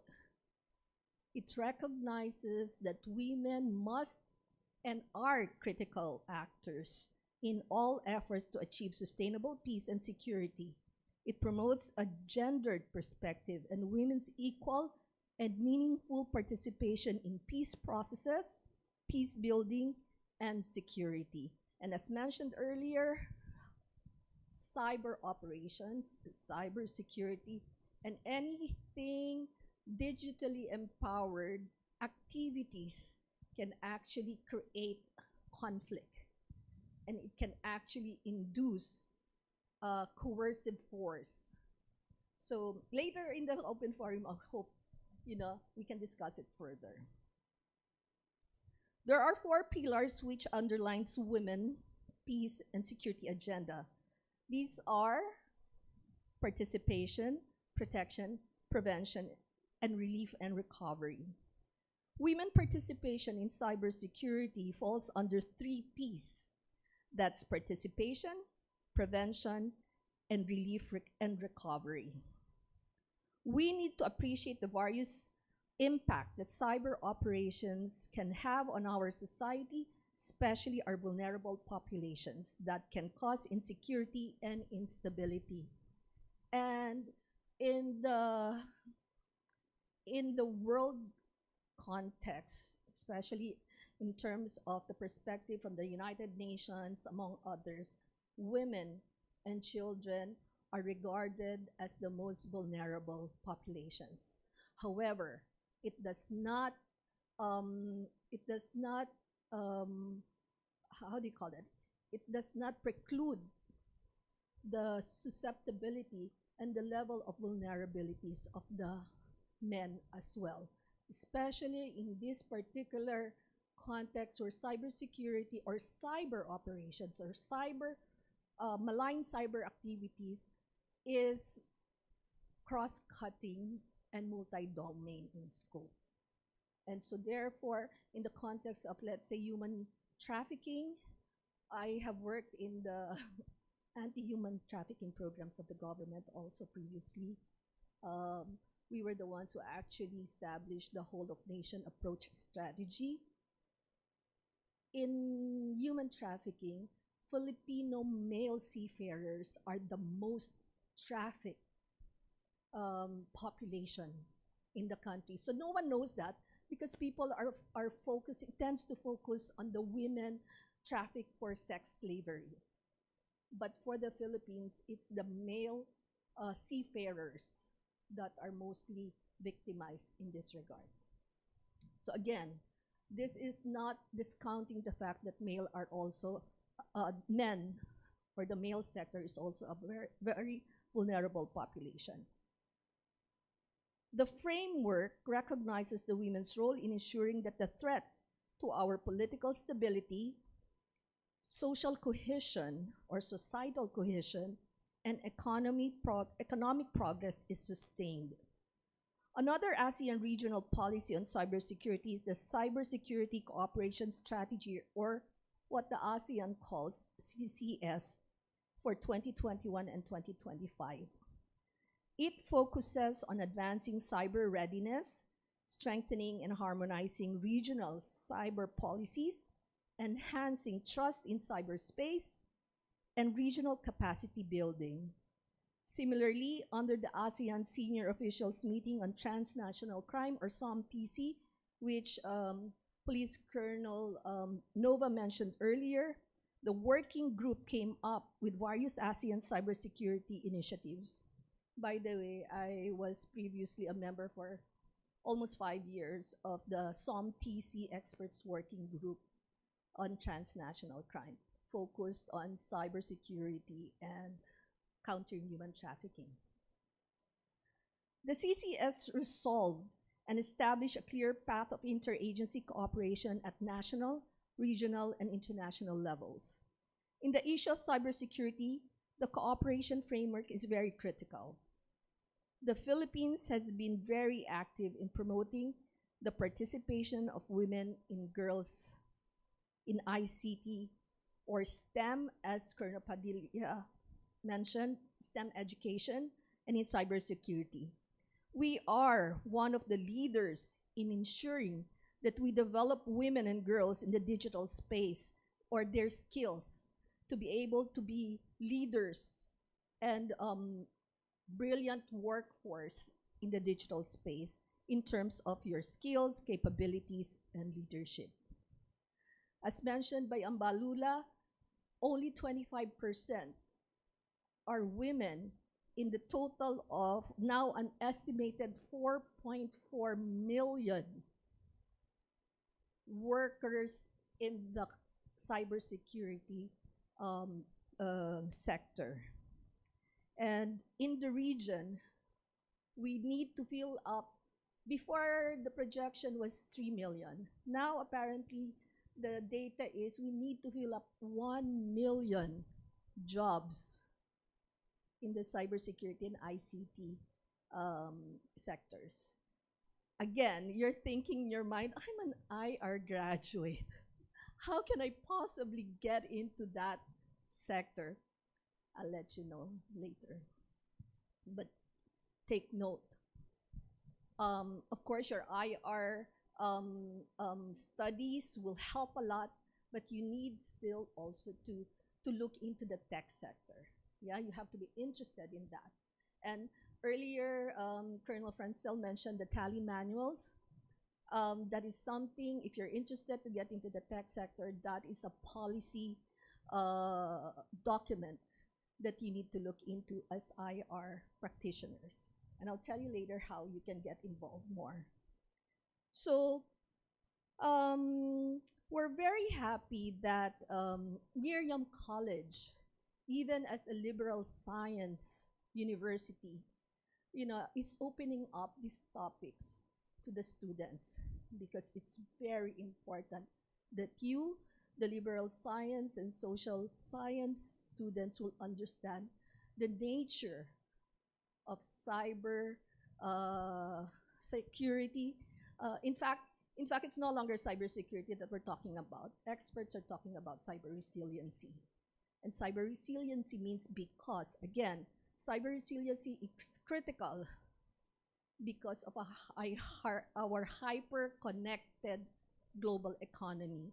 So earlier, the brilliant speakers talked about the possibility of a cyber attack, and Colonel Francel mentioned the cyber attack in Estonia, which brought down, kasi highly connected ang Estonia, the Estonian society and government, it brought down the whole economy, and they couldn't do anything because they're highly connected. So that actually taught many of the countries, including the Philippines, to make sure that the objective is no longer just security in cyberspace, but it is cyber resiliency. And you know what cyber resiliency is? It means that in the event of any attack, we should be able to bounce back immediately with almost zero lag. Because if we don't, it can lead to anarchy, and it can lead to major economic losses or financial losses to our companies and to us in general. So again, cyber resiliency is the goal of many nations and many governments and many economies now. In closing, the ASEAN, the creation of the ASEAN was initially motivated by the desire to contain communism, which had taken a foothold in mainland Asia after World War II. With the formation of the communist governments in North Korea, China, and Vietnam, accompanied by the so-called communist emergency in British Malaya, and the unrest in the recent, at that time, decolonization of the Philippines. So from that time to now, over 50 years, we still have some insurgency problems in terms of the communist threat, but that is decreasing to a minimum already now. But again, we need to be very vigilant about that. And again, the operation of these national security threats are already in the cyber space or in the cyber domain. And like our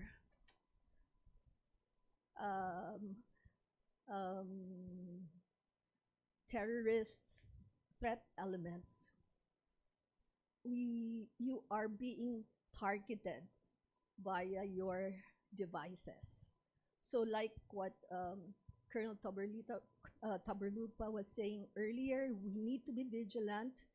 And what both our speakers said earlier, we need to be collectively aware and vigilant in terms of our use of our devices. You see, in cybersecurity, there is such thing as attack surface. You're familiar with attack surface in cybersecurity? The attack surface is the opening by which the cyber attacks can come in.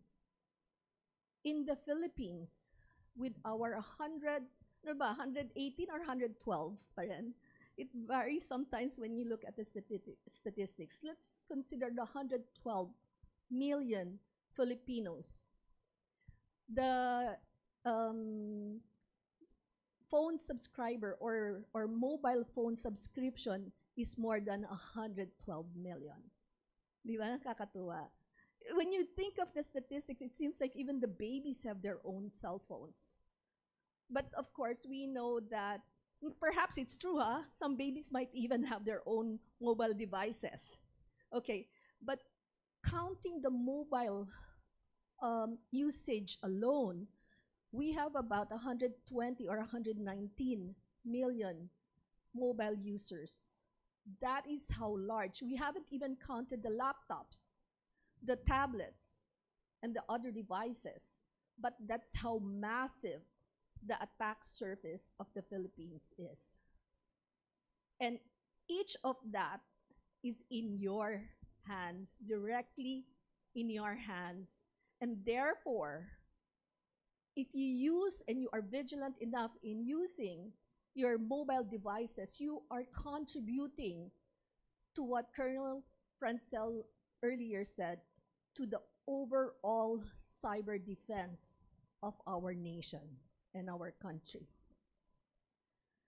So at present, in your generation, the ASEAN can potentially play a pivotal role through cyber diplomacy and cooperation in de-escalating the ever-brewing geopolitical and geoeconomic tensions in our region, as also referenced by Colonel Francel earlier.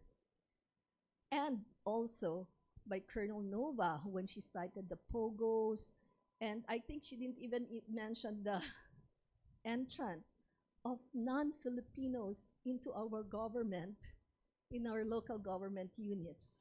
That's another issue that we need to talk about, but perhaps on another day. So, my dear students and ladies and gentlemen who are watching us, women and girls can be leaders in this strategic imperative of ensuring cyber resiliency and maintaining cyber diplomacy. Everything now is connected. Everything has the dimension of cyber, and cyber diplomats who are aware of making sure that any form of conflict will be reduced or prevented is very critical in a highly hot global situation where there are major conflicts or wars already brewing. We don't need another one in this region. And so with that, I end my talk and I look forward to all your questions. Thank you very much.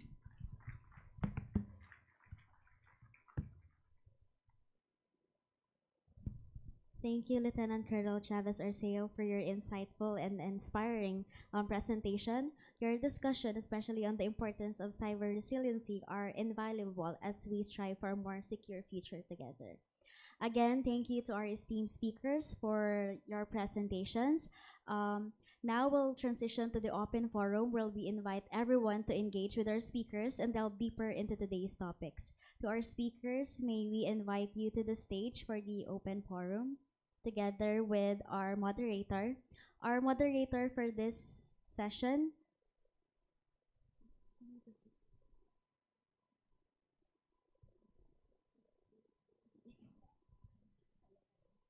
Again, I am pleased to introduce our moderator for this session, Ms. Jonalyn Villasante, a senior lecturer at Miriam College, the executive director of Women's Alliance for Security and Peace, and a YSEALI alumna. For those who want to ask questions, please raise your hand and the usherettes will give you the microphone. Thank you.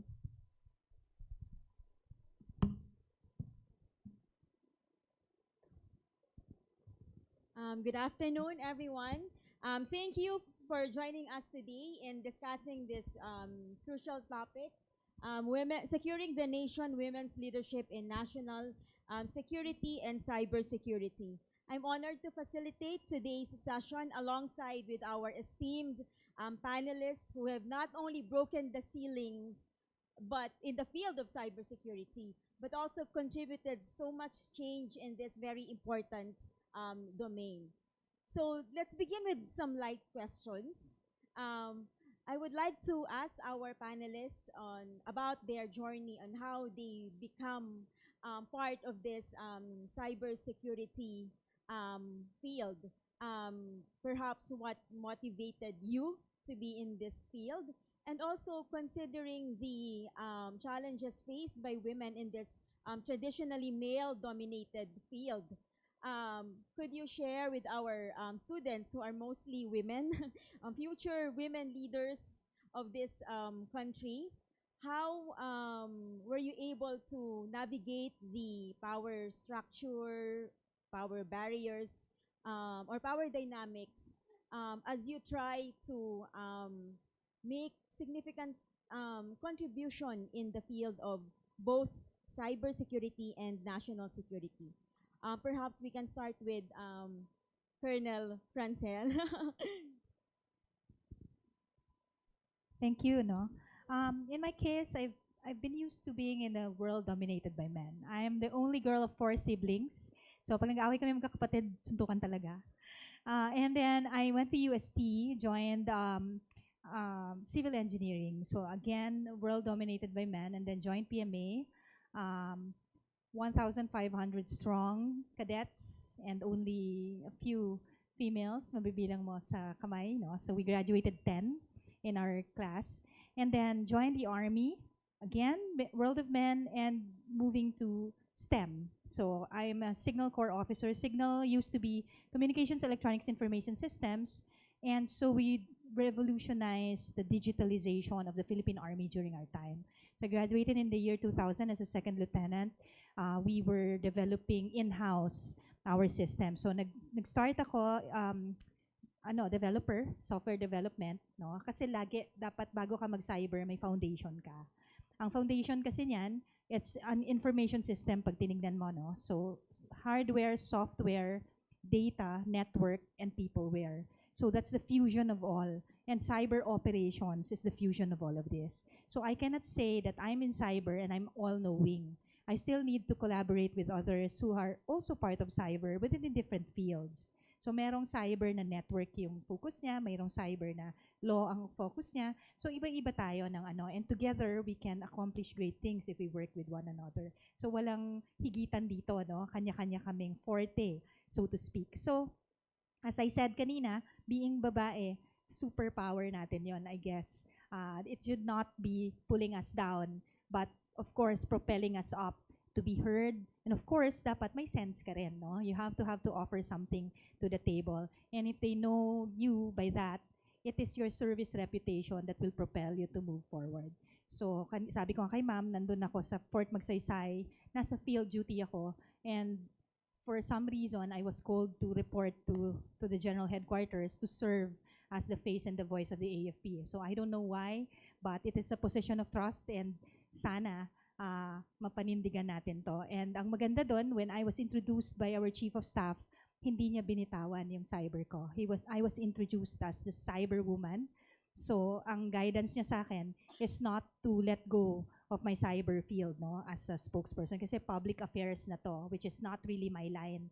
So ang sabi ngayon with this cyber forums, no, na itatawid ko pa rin yung voice ng AFP in terms of how we are doing our operations in the West Philippine Sea and how it transcends to the cyber domain. So it's still a win-win situation.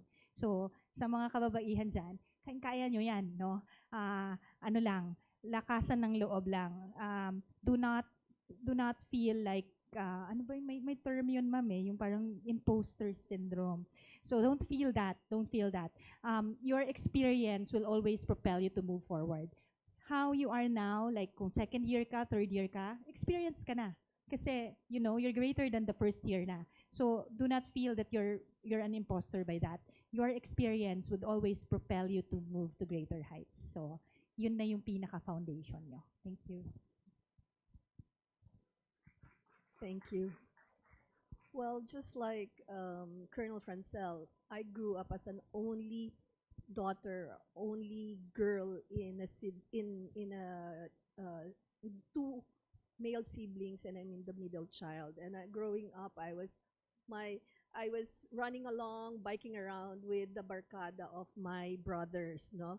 So I knew the dynamics among boys or among men, and when I was at the DOJ, the Department of Justice, serving then for the Interagency Council Against Trafficking in Persons. After that, that's also a very male-dominated area because we have the law enforcers. There were very few women law enforcers at the time, very few prosecutors at that time, and so we had to work with what I always refer to them as alpha male. Okay, and then I went to the Defense College where I was classmates with senior military leaders and officers, and I attended what we have been referring to as the highest military schooling. The Command and General Staff course is the highest military schooling or program for all military organizations across the world. And there, again, I was four out of, the four of us were women and the rest are male. How do we do what we do? Number one, it's very, very important. And then I was part of the, as mentioned, the ASEAN Senior Officials Meeting on Transnational Crime. I was member of the Experts Working Group. And that's where I was exposed to cybersecurity or cybercrime issues. Even in the area of human trafficking, we realized even then, that was as early as 2011. We knew already the power of cyberspace or the digital space in terms of perpetuating and also preventing this, what we call transnational crimes, because these are crimes that are committed regardless of where they are in terms of geographical locations. So they are transnational and transborder. And so I said cybersecurity or countering cyber crime is very, very important, and that's where I started getting interested in this area. I was part of various technical working group that actually drafted the RA 10375 or the anti-cybercrime law.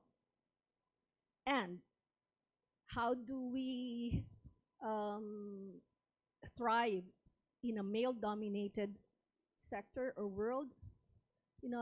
Gender has nothing to do with it. Seriously.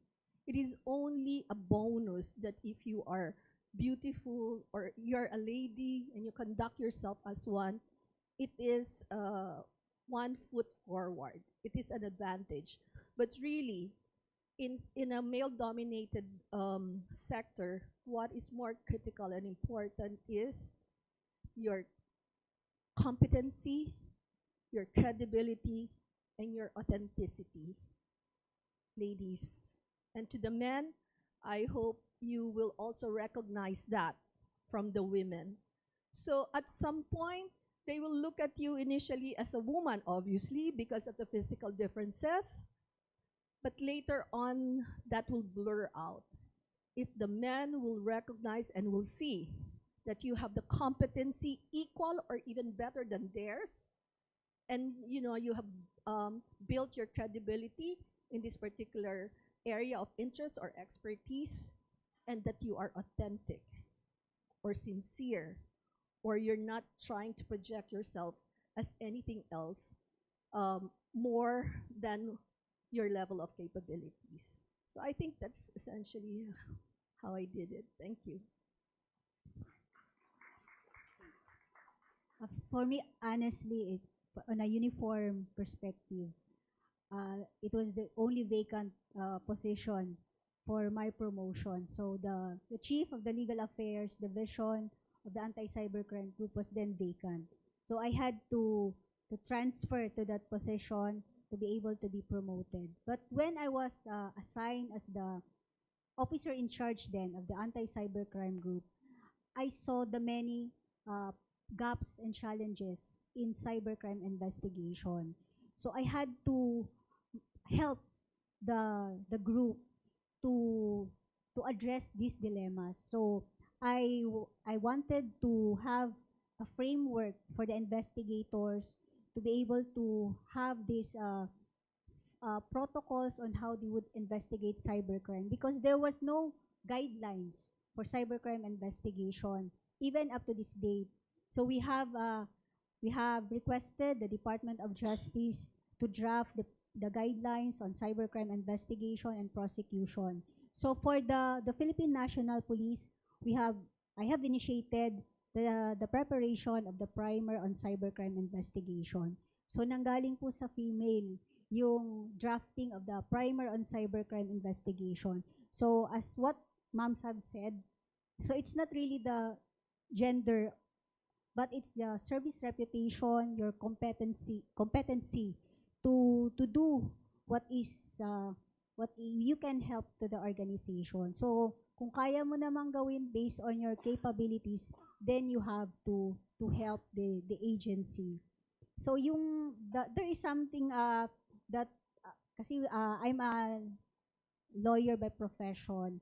So sometimes they think that hindi na trabaho ng lawyer yan, yung magda-draft, But then if you think of helping the organization, you have to move forward. Huwag mo nang isipin na because I am this, then I can only do this. But you have to move forward to help the agency and the government as well. So as to right now, so marami na nagtatanong sa akin, hindi ka pa ba lilipat? Because I'm already been 4 years in the anti-cybercrime group. Sa PNP kasi, palipat-lipat kami ng units. So right now, I still have some things to do para pa sa anti-cybercrime group because it's very challenging. Marami pang gray areas.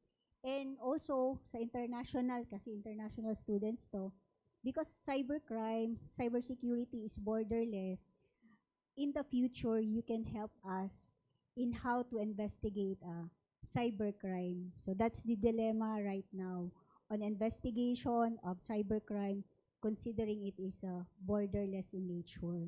So maraming areas that we need to address.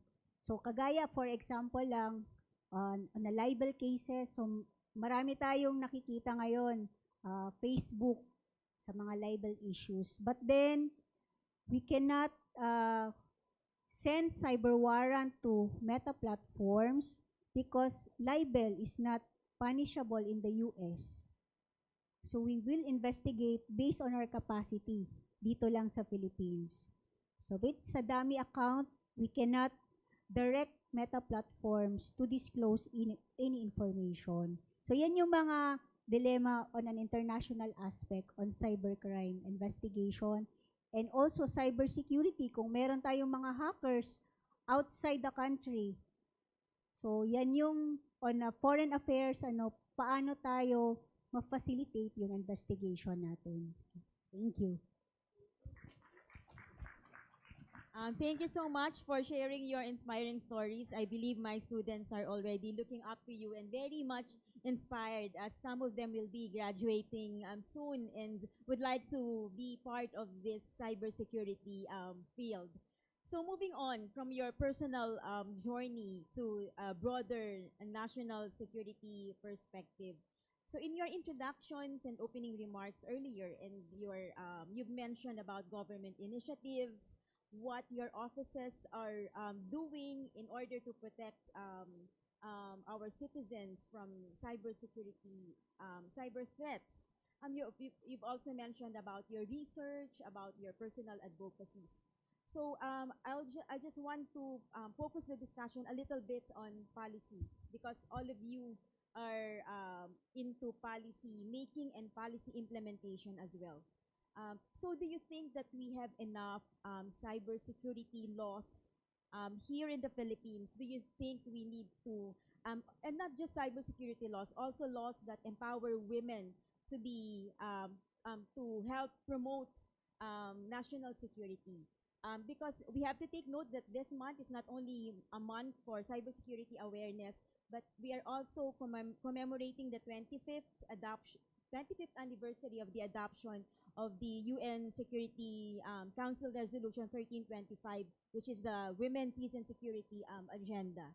So tying these two, cybersecurity and the WPS agenda, and also in the domestic and even the regional context, do you think we need to do more in terms of policies? Do we need to amend existing laws? Do we need to add more? Do we need to draft or pass more laws? Because in my work in the House of Representatives, I am more focused on maritime security. But since we already finished deliberating maritime zones, ASL, I just assume that in the near future, this will also be in the agenda of the Committee on Foreign Affairs. So what do you think needs to be done in terms of our policies? Maybe we can start with Thank you, Jonah. There are a lot of things that needs to be done in terms of our policies pertaining to cybersecurity or national security in terms of the cyberspace. There is a need to review, of course, RA 10 375, which is the anti-cybercrime law. It is high time, it's necessary to review it already in terms of its timeliness, its relevance, and its responsiveness to the current cybersecurity situation. There are several bills that are pending in both in the Senate and in Congress in terms of related dimensions of cyber or cybersecurity or cyber operations. There is now a pending bill on artificial intelligence. There is now some push in terms of a review of a quantum computing law. And there is, in fact, a policy already on the creation of the National Cybersecurity Interagency Committee and the National Cybersecurity Interagency Working Group. These are very critical mechanisms that needs to be put in place and that has to be working effectively in order for us to have the correct cyber security or cyber defense posture necessary given the context and the heightened threat that we are actually experiencing now as we speak. Okay? On the issue of the AI bill, there are some policy experts and cybersecurity experts that are saying that perhaps it's not necessary anymore to have a separate AI bill, but rather in the review of the anti-cyber crime, and there is a bill on cybersecurity also, the national cybersecurity law should be able to subsume already concerns or provisions pertaining to artificial intelligence, its regulation, and other concerns regarding that, as well as quantum computing. A particular cybersecurity expert and AI, well, actually deep tech expert, Professor Eric Adolphi, actually said that right now, AI is really agnostic, just like all our tech devices and tech tools, right? But when quantum computing actually finally happens and the scientists and the technical experts get to crack quantum computing and integrate it into artificial intelligence, the capability of artificial intelligence will exponentially go higher. And that means the encryption right now of our data may no longer be as strong as it is currently, and it can be possibly decrypted. Meaning, again, with that, our cybersecurity or our cyber defense is at very high risk. And recently, and I have to mention this, so the IR people, please look it up because this is very important in your future work. And very recently, there's a news item which I posted that China has actually cracked the code in terms of how to integrate quantum science or quantum computing into artificial intelligence. And as our co-panelists mentioned earlier, our threats and our attacks happening currently on the base stemming from the issue of the West Philippine Sea, stemming from the internal security elements. With that, we are very vulnerable. And where cyber diplomacy comes into play and will be very, very critical is making sure that we work, again, like what Colonel De Castro mentioned, and I mentioned it already, cyber and cybersecurity is a transnational and transborder issue, right? So, and given how the global, how nations are configured currently, we are defined by our borders, right? Our geopolitical borders. But for cyber, there is no such thing.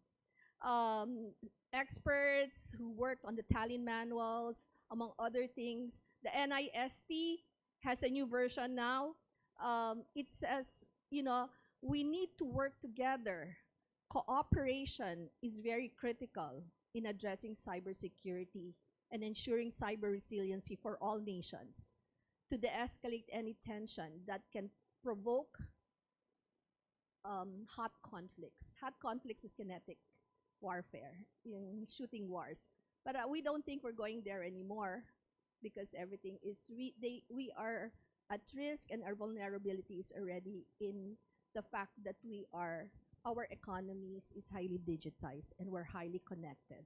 So future cyber diplomats, you have a role to play to making sure that number one, our policies, both domestic and international policies, are reviewed, developed, and socialized and implemented in accordance to what we really need as not just as a Filipino nation, but also as part of the total humanity. So the goal is to avoid and prevent conflict. Okay? So there. It's very, very tedious na yung discussion ni ma'am. I'll just fill in some bits and pieces of that. In terms of our laws, kanina nasabi ko nga, no? We are very negative when we talk about cyber. So ang unang batas ng Pilipinas ng cyber is cyber crime. So crime agad. Wala pa nga tayong batas on cyber operations. So hindi pa nga sinabi ng batas paano natin i-utilize ang cyber. Pero meron na tayo kung paano ililitigate ang kriminal. So again, it's very negative. So that's one thing that the Philippines has to work on, a cyber operations law. Over and above that, we also look at the cross-boundary issues, no? So tumatawid nga across sectors. Paano kung ang attacker is from another country, ang victim is Filipino, or Filipino naman ang attacker and then ang victim is in another country. So we're trying to address this through our bilateral and multilateral treaties that we're signing. Now, with this bilateral treaties and multilateral treaties, part na yung cyber, no? Kung how do we litigate itong mga to. So kung sino ang kukuha ng case, no? Is it the victim or the perpetrator or in those things, no? So we're trying to address these things. Another issue that we're facing is ethics, no? Our Ma'am Jan talk about artificial intelligence, quantum computing, lahat na yan, blockchain and all, no? There's a lot of buzzwords out there. But the thing is, we cannot remotely give everything to these technologies that are out there. Especially sa amin, sa military, no? We are in the business of human lives. So if we put AI there, for example, we put machine learning into an anti-aircraft system that we place on top of Malacanang Palace and say that in the 5-kilometer radius no-fly zone, fire at any aircraft that passes through that. Paano yung mga estudyante natin na naligaw lang, galing PATS, galing Airlink, alangan namang paputukan na siya ng anti-aircraft and then take it down. So, hindi pwedeng solely we rely on AI. Because the ethics that the issues there, no, ang case in point was automobile, yung unmanned na vehicle. So it's going down a platform, no? And who writes the code? Sabi ko nga bias ako kasi programmer ako eh. So it's just algorithm. We'll put algorithm in this car and say, oh, pababa ka ng hill and then you're going to hit ang isang tumatawid na matanda. No? If you veer to the right, there's a young person there who you're gonna hit. If you veer to the left, no, you will hit a tree and kill the driver. You are the programmer of that unmanned vehicle. Whose life would you save? So, yun yung mga ethics problems ng AI, no? If you look at AI now, like ChatGPT and yung mga medical AI that's there, if there's a black person and a white person, it's most likely to diagnose a black person with cancer. Because again, it's the algorithms of those who's gonna be putting codes. So these are all algorithms.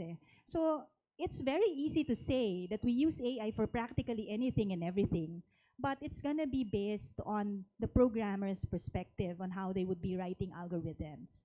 So these are all ethics questions on how we would be addressing this moving forward in the future and how we use technology. So ito pa lang yun, no? Batas pa lang ng Pilipinas, which is cybercrime lang, wala pang iba, na kailangan nating tingnan. And then, yun nga, with IR, yung cross boundaries, and now, it's a very big issue about ethics. So we have to look into all of these things, but of course, ultimately, it's still gonna be a whole of government, whole of nation approach, and we really value yung effort ng National Security Council to have an umbrella unit to synchronize our cyber efforts in the Philippines. It used to be na in silos nga tayo, but the trust of NSC now is to have somebody take the helm of command and create a national task force on cyber operations. Because it's not just always cybersecurity. Security of cyber is just one thing. Cyber operations is all encompassing, and we have to look into all of these things and not just the security aspect.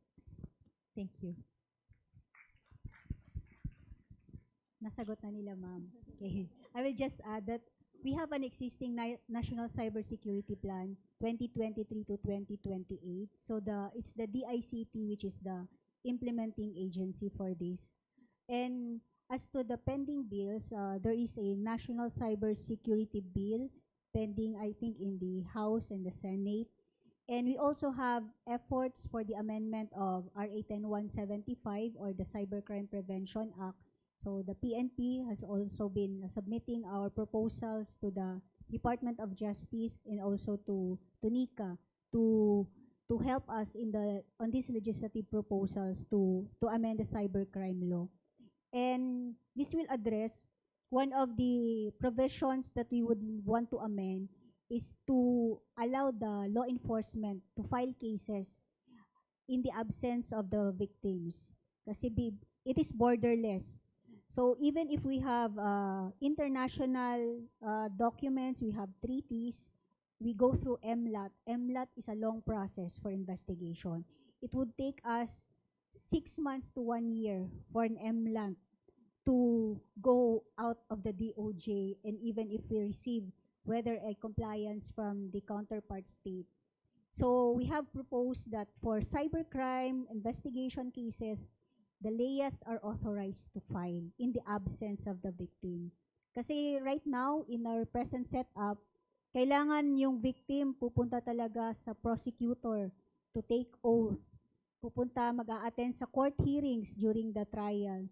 So yung mga foreign nationals na victims, wala na silang capacity.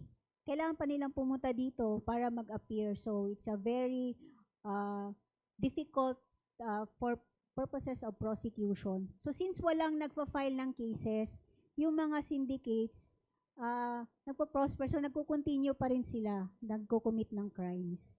So we need these proposals, amendment of the cybercrime law and the National Cybersecurity Act. These laws would also provide provisions to help the law enforcement agencies capacity training, fund support for our tools, and also the training of the investigators and the cybersecurity experts in the field. Thank you. Jones, may I add something? I think this is important for our IR students to understand. When we develop laws, domestic laws, it is usually in compliance to an international law that our country has signed into. So for example, there are international bodies like the United Nations, the ASEAN, and so on, that the Philippines is a member of. And when these international policy-making bodies actually comes up with or promulgate a certain policy, when we sign to agree or to support it, we are required to have our corresponding domestic law. So there are just some laws that are developed, there are special laws because the lawmakers as well as the other stakeholders feel that it should be prepared or it should be developed. But oftentimes, a lot of our domestic laws are in compliance to the international law that we agreed to support, and therefore we need to have a corresponding domestic law. And cybercrime, the anti-cybercrime law is also one of those laws that is in compliance with the international law. Yeah, the Budapest Convention. Okay. Wow. Thank you so much for enlightening us on what needs to be done in terms of policy making and also policy implementation. Now, I would like to zero in on state-sponsored threats, which can also be cyber threats. So Colonel Taborlupa mentioned about the West Philippine Sea. Colonel De Castro mentioned about POGOs. And then Lieutenant Colonel Arcel, she mentioned about certain nationals that are, running for being part or running in public office. So with all these threats, how do you think we can protect our critical infrastructure, especially now that we are? I believe that most of you are hopefully following the investigations both in the Senate and the House of Representatives. And these are many issues are these are very alarming issues, and I believe that we need to safeguard our critical infrastructure while also fostering international cooperation.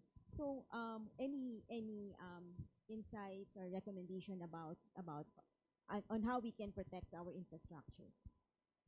CI is a really very big issue for the whole world, no? Um, in certain stages where we sit in cybersecurity forum, CI is actually really one stage that they talked about. Problema natin sa Philippines, 60% of our power grid hawak ng foreign nation. So it takes just for them to switch it off and we'll lose power. No? So ang critical infrastructure is something that pagka nagalaw siya, it will really affect the national security of our country. So our power, water, telcos, 'di ba? Yung mga yan. Yung telcos natin, hindi natin pwedeng i-compel sila to use certain approved na equipment because they're a business and we're just paying for their services. So ang reality check, all of their switches, all of their devices on towers are Huawei.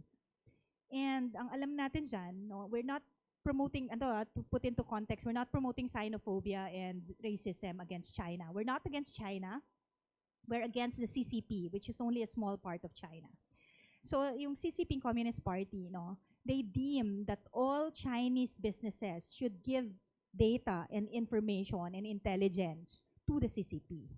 So therefore, the Huawei owners who supplied us with this equipment in our towers are compelled to give data to China. So if you connect to them, all of your emails that passes through that network, all of our text messages, all of our calls are really actually being monitored.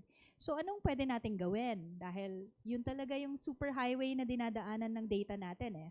That's why we commission a third-party entity to secure our systems. So say Miriam College will have your own firewalls, encrypt your data. So every time it comes out, it's encrypted. So dumaan siya sa Huawei switch, it will just be gibberish because it's encrypted. And then when you receive it, it's gonna be de-encrypted. So parang ganon siya.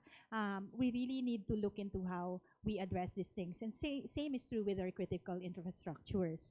So pag may dadaanan siyang network, there should be a third-party entity to fortify our security with that. So ito, tinatry natin i-address by, having more laws and legislation that is geared towards Filipino ownership. Yun yung pinaka-solution natin dyan para nasa kamay ng Pilipinas yung critical infrastructures control. But of course, we have a long way to go. But at least we're trying to get there and we are aware of the situation. That's the thing, no? Our awareness. But ang sinasabi ko nga sa kanya, everything is connected together. Like everything. The last Chinese that was captured, no, with all the gadgets, yung isa sa devices niya, Chatham House Rules to no? yung yung isa sa devices niya is a mobile tower, so to speak. Parang gano'n na rin. So, pag pumarada yan, say sa labas ng krame, syempre, army ako, so doon ako sa police. Paparado sa lahat ng krame, sa labas ng krame. Lahat ng gadgets nila, devices, phones and everything, when they call, will not hit the tower, but hit his mobile tower. So, all calls, all text messages, all emails na dadaan doon, pag pumarada yung van niya doon siya mapupunta. So, those were the gadgets that were taken. No? And then the Pogo equipment that was already also taken down. May mga ganong iba't ibang equipment din sila. So I don't know really the full extent of all of this because all of this will be investigated upon. So nasa mga investigador na yon. But I mean, reports would say na dapat talaga maging mapanuri tayo sa lahat ng yan. And of course, hindi po at all times the AFP and the PNP will be there everywhere. It's still civil society who has to help us out. So ang hinihiling namin sa inyo, pag merong kahina-hinala, i-report nyo sa amin para ma-actionan namin. Like in Palawan, no, the Chinese are buying their fish ponds.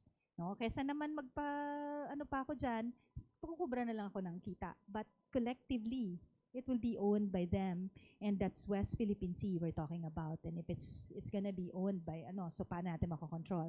And there's a group of bird watchers. It's a thing in Palawan, no, for the rich people. They say that they have Chinese people with them as bird watchers.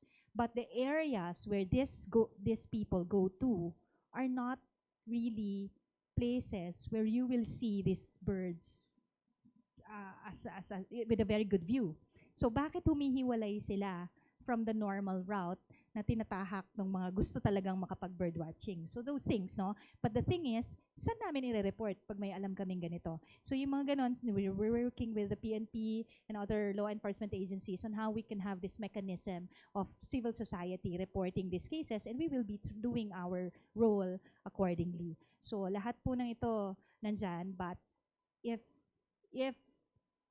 you are saying the Chinese narrative, then their narrative is getting to you. So, ibig sabihin, ang gusto nating mangyari dyan, if there are misinformation, disinformation, fake news out there, let's kill it from the beginning. Do not like, do not comment, do not even react on it, and instead, report it para ma-take down siya. Otherwise, their narrative is gonna go out in the world, but you know, the right is with us, and we are really telling the transparency initiative that we have what's really happening out there. But this is still a battle of words. And pinopondohan talaga nila yan, no? They paying media, no? Housing them in 5-star hotels in their country and paying them the big bucks to give their narrative. So, yun ang strength ng Pilipino. We have a very, very great online presence. Pag nagbotohan tayo ng Miss Universe text message, nananalo tayo kasi ang dami natin. Nandun tayong presence natin. So, ang hiling namin sa bawat mamamayang Pilipino, let's spread the right narrative about the West Philippine Sea issue. So, kaya sa TikTok and everything na masishare nyo, baka pwede tulungan nyo din kami kasi hirap na hirap kami gumawa ng mga social media cards putting out the narratives, but they don't get much traction. So, let's help each other out dahil at the end of the day, this is still our country and we will be the ones to really look out for the welfare of our nation. Thank you. Whether or not it is state-sponsored or not. So for the PNP-ACG, the investigations on data breaches, those investigated were not state-sponsored. But I am not aware, I am not privy to other data breaches that were facilitated to other government agencies. So yun lang yung masasabi ko, yung na-investigate ng PNP-ACG. But as to the scam hubs, these are operated by foreign nationals. So most of the individuals inside the scam hubs were, of course, Chinese. So even at present, marami pa tayong law enforcement operations on scam hubs. Ito pa rin yung madami na nakukuha ng mga foreign nationals. So for as to the security naman, we have to invest. The government should invest on cybersecurity tools. So government and also with the National Cybersecurity Bill, the government can now direct the private sectors to follow kung ano yung mga tamang cybersecurity hygiene, and we could penalize them kung hindi sila magpa-follow. Kasi right now, wala tayong law to penalize them kung hindi sila nagko-comply on the directives ng DICT. So also on the continuous training, not only of the government employees, but also of the private sectors, even the students. So dapat meron siya sa curriculum, yung cybersecurity hygiene. Para pag nagtuturo tayo, yung sa elementary, high school pa lang, may idea na yung ating mga kabataan, the youth, on cybersecurity hygiene. Kasi right now, kung nagbibigay tayo ng cyber awareness campaign sa mga barangay areas and other mga institutions, mostly yung audience natin ay medyo nasa middle class, no? So parang natutulala sila pag nagbabanggit na mga internet protocol, multi-factor authentication. So dapat bata pa lang alam na kung ano yung mga multi-factor authentication. So these are basic, but then it has to be taught sa earlier stage pa lang. Okay. Thank you.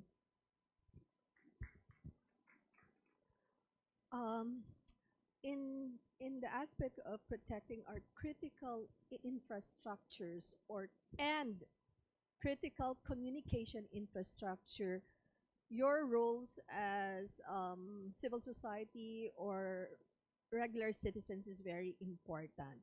As mentioned, be watchful and report. Okay? Why is it important? Like we said, a lot of all our critical infrastructures, those that provide the basic necessity in our daily lives, water, power, telecommunications, banking and finance, are very, very important. These are what we refer to as critical infrastructure. And the manner by which we communicate with each other and by the manner by which we get command and control mechanisms to continue without any disruption.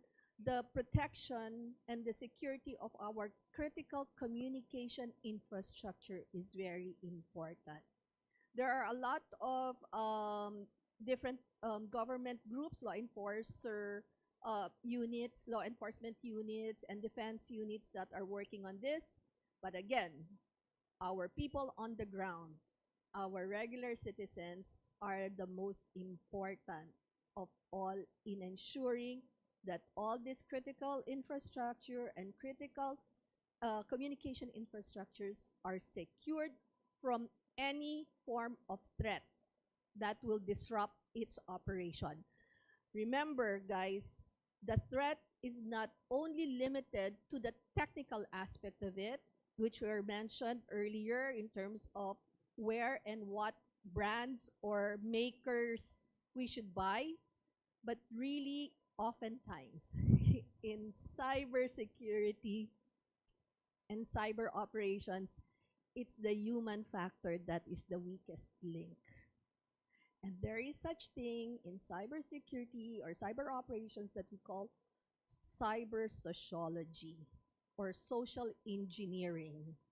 Ladies and gentlemen, that is for me and for most experts the most critical aspect in the total cyber operations, especially the type of cyber operations that is intended to disrupt and to damage any critical infrastructure for that matter. So what does that mean? The weakest link in the total cyber ecosystem is the human factor. Why? It is due to lack of understanding and knowledge and appreciation of the human role in the total scheme of things. And that's the reason why different groups and the ICT as the lead implementer, we are massively implementing a cyber awareness, our cyber awareness programs to make sure that every Filipino citizen, whether here in country or outside, are very much aware of their roles in our cyber defense and security. So. Thank you so much for your insightful responses. It is very important for our student to understand the issues that you have mentioned, because these issues are the issues that they will be inheriting and hopefully addressing as they become part of the bureaucracy or as they become practitioners of the field of international relations. So I am now opening the floor to our audience. You may ask questions. Please mention your name and affiliation, and also make your questions brief and on point. Yes? Good afternoon, Ma'am Jonah, Colonel Taborlupa, Police Colonel De Castro, and Lieutenant Colonel Arceo. Thank you for your contributions to this forum. Your insights are greatly appreciated.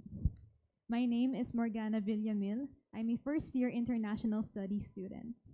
Since AI does not have independent thought and it is neither inherently good or bad, it just relies on the data that it is programmed with. In your opinion, in what ways can AI be applied in the Philippine cyber defense system?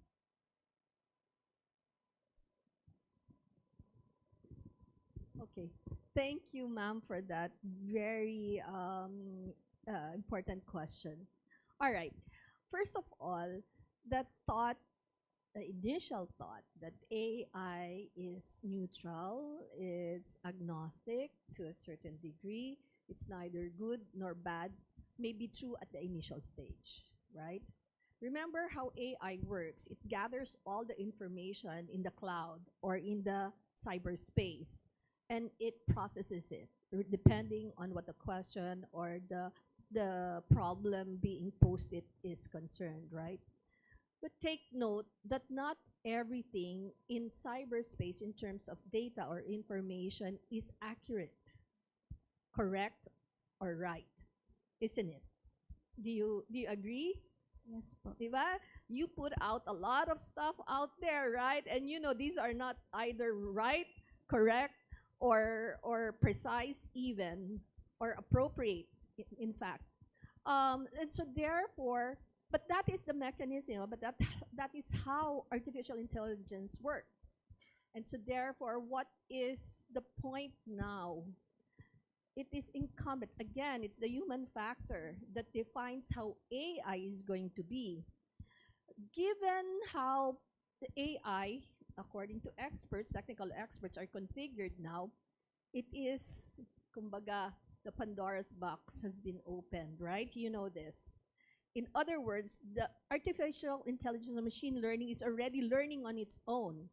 It's gathering all of this information and data all over already, and it is fast learning on its own.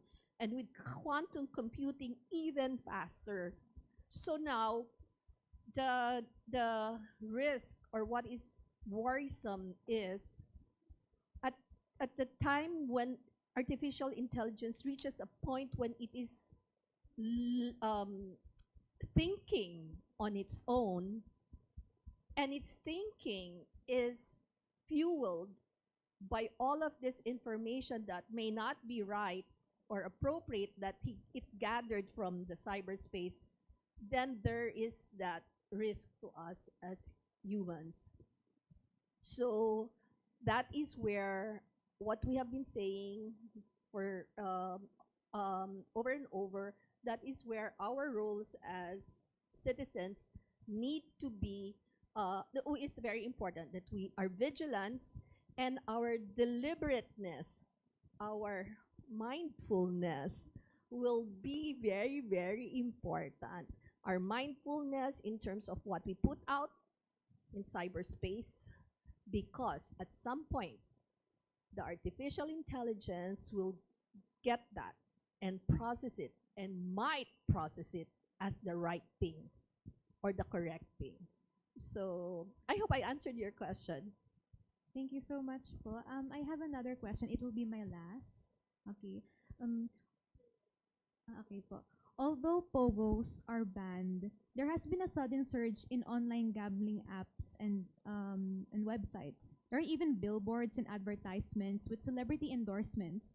Some vloggers even promote it in their videos. And we all know that online gambling increases addictive behavior because the players or the people, they can gamble anytime and anywhere. So my question is, how can the users or the people verify the legitimacy of these online gambling sites to avoid scams? Right now, the law on gambling is still presidential decree, and then it was amended RA 8792. I'm not sure about the number, but it is not specific whether it penalizes online gambling. And then online gambling has been right now, even the sports betting, this has been translated to online gambling. So there is a challenge right now is, of course, the identification of who are the one who is playing these sites. So even if we take down these sites, they use the VPN, the virtual private network, and some of these are operated outside the country. So even if we investigate, the perpetrators may not be in the country. So, or even if they are in the country, they are using VPN. Okay. So these are challenges for law enforcement. we have efforts to take down the sites offering online gambling. But even if we take down 50 sites in a day, they would still offer or put up another site on the next day. So meron ulit, kung na-take down natin yung 50, on the next day, meron ulit panibago 50 sites. So it's a cat and mouse na relationship between the layas and the criminals.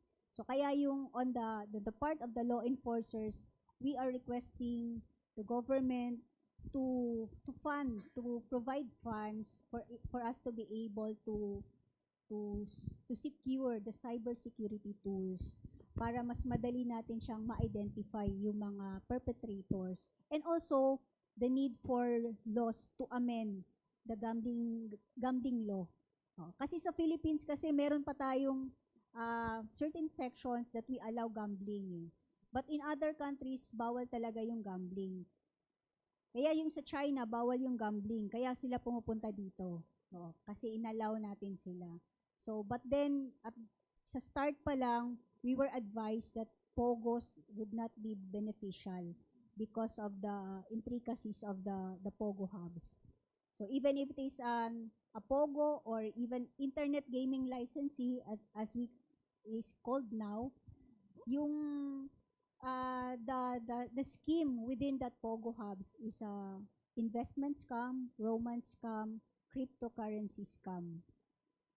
So, minsan nagtatanong tayo bakit siya inallow ni PAGCOR. But then PAGCOR, pag nag-i-inspect si PAGCOR, hindi naman nila nakikita sa computers.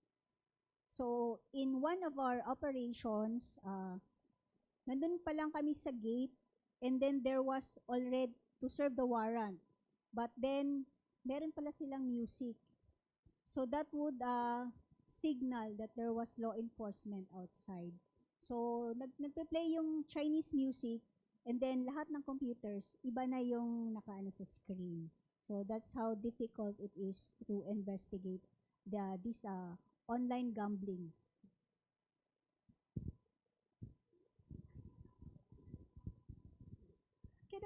Can I just add something to that? To your question, ma'am, how do we prevent it? You know, it really boils down to the person and the family and the support system of the person. Okay? We all know that it is addictive, and we cannot rely on government to prevent that addiction, that malaise, di ba? It is incumbent upon the person. So the answer is, do not go to those online gambling sites. Do not use or download those online gambling apps. Be the vanguard of your friend, your brother, your sister, your mom, your father, to make sure that none of your family members or any of your close friends are actually participating or engaging in online gambling apps or online gambling activities. Okay. Thank you. Yes, we have one question at the back. Parang ayaw pa nilang umuwi, no? Yes, ma'am. It's not every day that we will have the three of you here. Thank you for your interest. This is very important to us as well. Thank you. Good afternoon, Ms. Jonna, and to our esteemed guests. Thank you so much for sharing with us your experiences and insights as women leaders in national security and cybersecurity. I am Kelsey Hajirul, a third-year BIS major in global development and gender studies student. In recent years, there has been an alarming increase in cases of online red tagging. How do we promote national security without impeding or threatening the human freedoms and security of particular groups and individuals? Thank you. From the side of the government, to begin with, there's no such thing as red tagging. Red tagging is, let's be wary of our terminologies that we use. If we relate this to our geopolitical tensions, the CCP uses gray zone tactics. Gray zone is at the threshold of conflict. So, wina-water cannon nila tayo, laser lights, no, sound, and all that, because there are no fire shots. And in order for us to say invoke, say, a mutual defense treaty with the US, there should be armed conflict. So the area where they're operating is gray zone tactics. So we do not use gray zone tactics because it's theirs. We term this as their ICAD activities: illegal, coercive, aggressive, and deceptive. So these are the things that they're doing. They're all illegal, they're coercive, aggressive, and deceptive. So when you say red tagging, it's also the other side of the spectrum who's floating this red tagging here in order to address this situation. So basically, if you look at the statistics from the side of the Armed Forces of the Philippines and the latest Octa survey, and we are able to maintain it, we are the most trusted government organization. 8 out of 10 Filipinos trust the AFP, and 7 out of 10 Filipinos are willing to fight with the AFP. So I guess this leveraging on these statistics, no, we should look at the bright side of things and look at the transparency initiative, seeing what we're doing, we're showing everyone na ito yung nangyayari talaga doon. And with that, we're getting the true narrative out there. So we should not fight the problem and not be, having a conflict internally as Filipinos, but instead unite towards a common goal, which is a bigger challenge of territorial defense. So parte lahat to. Sabi ko nga, if you step back and look at the bigger picture and connect the dots, these are all part of it, because they're trying to make us fight each other internally, but in the long run, watak-watak tayo and not being able to, fight a bigger cause. So all in all, even our internal security operations, which are trying to end this year because we want to transition to territorial defense. When we say territorial defense, we're not waiting for an outside entity to come with their aircrafts and ships and invade us. No. For all we know, they're already inside. So we know what's happening inside, alam din ng law enforcement agencies yan, and now we're really working hand in hand with all government agencies together towards one challenge. So hopefully, ang gusto natin mangyari dito, maging mapanuri nga tayo. So all of these are directed to creating an avenue to create this unity among all of us. So, yung mga yan, red tagging na yan, that's just a diversionary tactic for us to be concentrated on other things and not really look at what's a bigger challenge. So always, let's see what's the bigger challenge out there, and let's all move forward towards addressing that. Thank you. Yes. So first of all po, thank you for sharing with us a very informative talk. I am Zara, and I am one of the organizing committee of this forum under Ms. Jonas' class. So my question po can be answered by anyone. So since Lieutenant Colonel Chavez Arceo mentioned po that cybersecurity is transboundary, and we can observe naman po talaga that cyber attacks often really cross borders, what role do you think does the international cooperation play in national cybersecurity efforts? And with the ongoing geopolitical tensions po that the world is currently experiencing, how do you think these events influence cybersecurity policies and cyber attacks? Thank you po.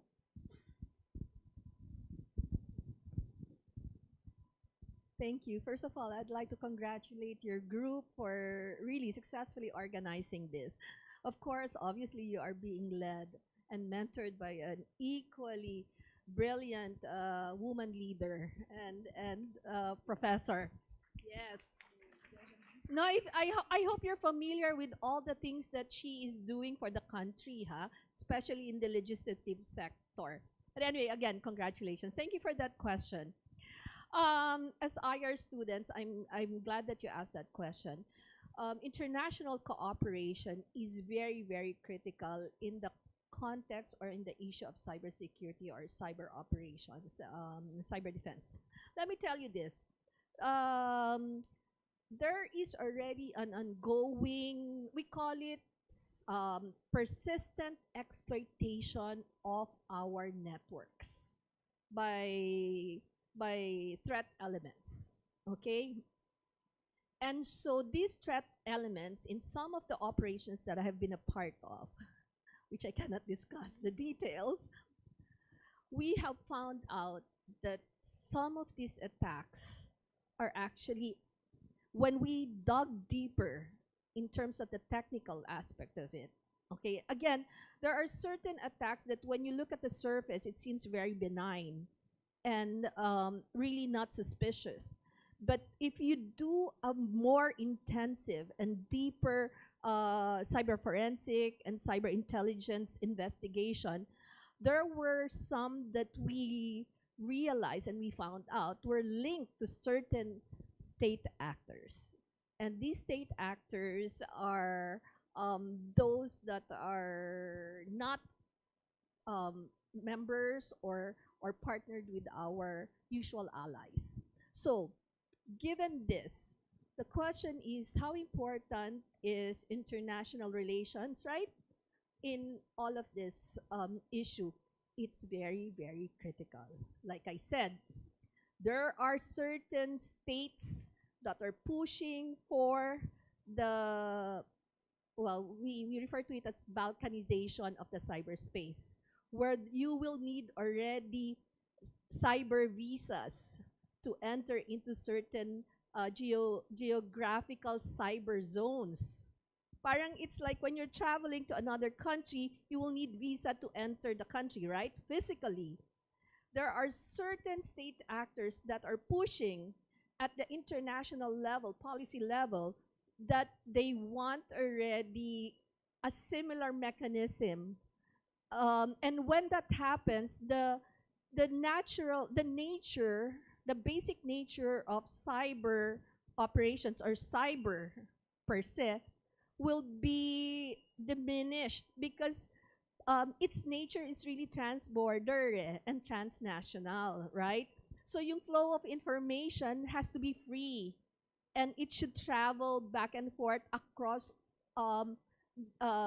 different geographical areas of the world. Let's say, for example, the reason why we have increased our knowledge, the reason why we have enhanced our relationships with our friends, our family members who are overseas is because of technology, because of the cyberspace, because of the liberalness of the cyberspace, right?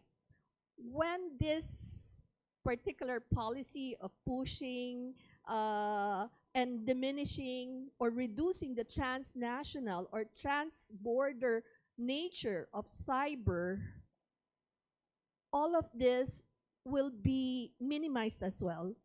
It's like stepping back into the Stone Age, for example, to exaggerate things. This is where international cooperation comes into play. This is where cyber diplomats are very key or will have key roles in ensuring this does not happen. That the transborder or transnational nature of cyber will not be reduced or will not be minimized, but rather, instead, cyber diplomats should work together in ensuring instead the protection of those using and engaging in the cyber domain. Is that clear? Okay, thank you. Okay, thank you so much. That concludes our open forum. Apologies because we are already over time. So as much as we want to accommodate more questions, we can continue discussing about this later. We have some refreshments outside courtesy of the U.S. Embassy in Manila. So again, thank you to our esteemed panelists for their time and sharing their expertise to all of us, and of course to our engaging students. I'm now giving the floor back to our host.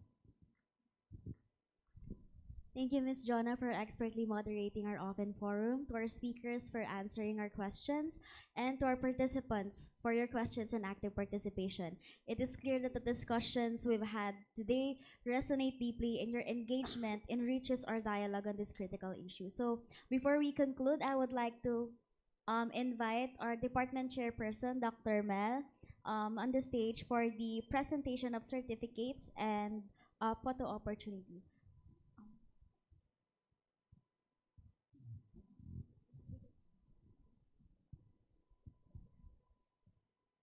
The Department of International Studies, together with the Young Southeast Asian Leaders Initiative, Women and Gender Institute, and Women's Alliance for Security and Peace, present the Certificate of Appreciation to Colonel Francel Margaret Padilla Tabarlupa in her recognition for her valuable contribution as a resource speaker for the forum Securing the Nation, Women's Leadership in National Security and Cybersecurity. Her insights and expertise have greatly enriched the discussion, providing invaluable perspectives on the critical role of women in shaping the future of national security and cybersecurity. Presented at Miriam College, Katipunan Avenue, Quezon City on the 21st of October 2024.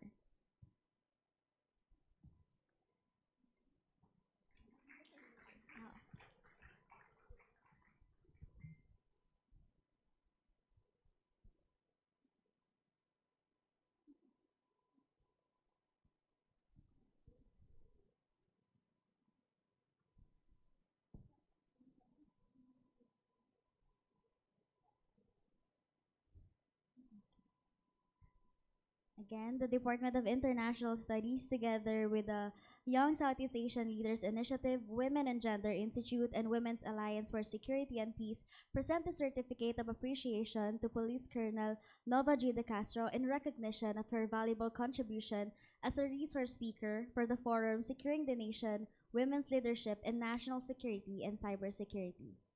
Her insights and expertise have greatly enriched the discussion, providing invaluable perspectives on the critical role of women in shaping the future in national security and cybersecurity.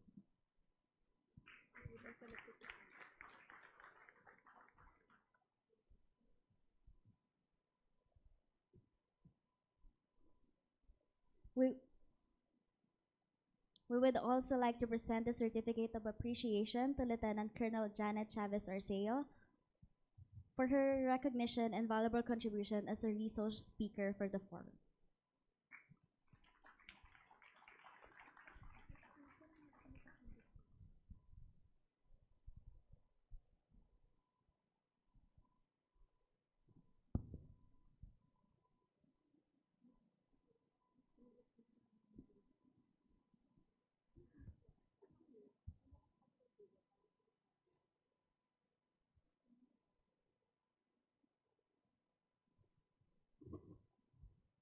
Now we would like to call everyone in front for a photo opportunity with the speakers.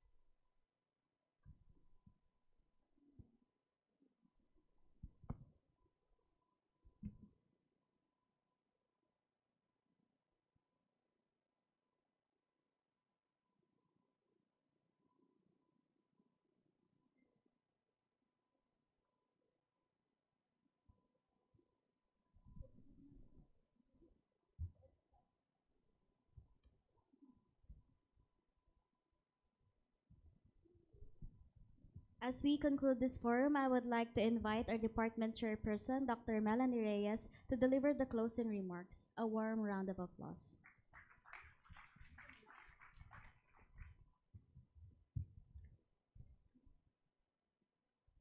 Okay, gutom na ba kayo? Sige, so it's really my great pleasure to extend our heartfelt thanks to all of you for attending today's forum.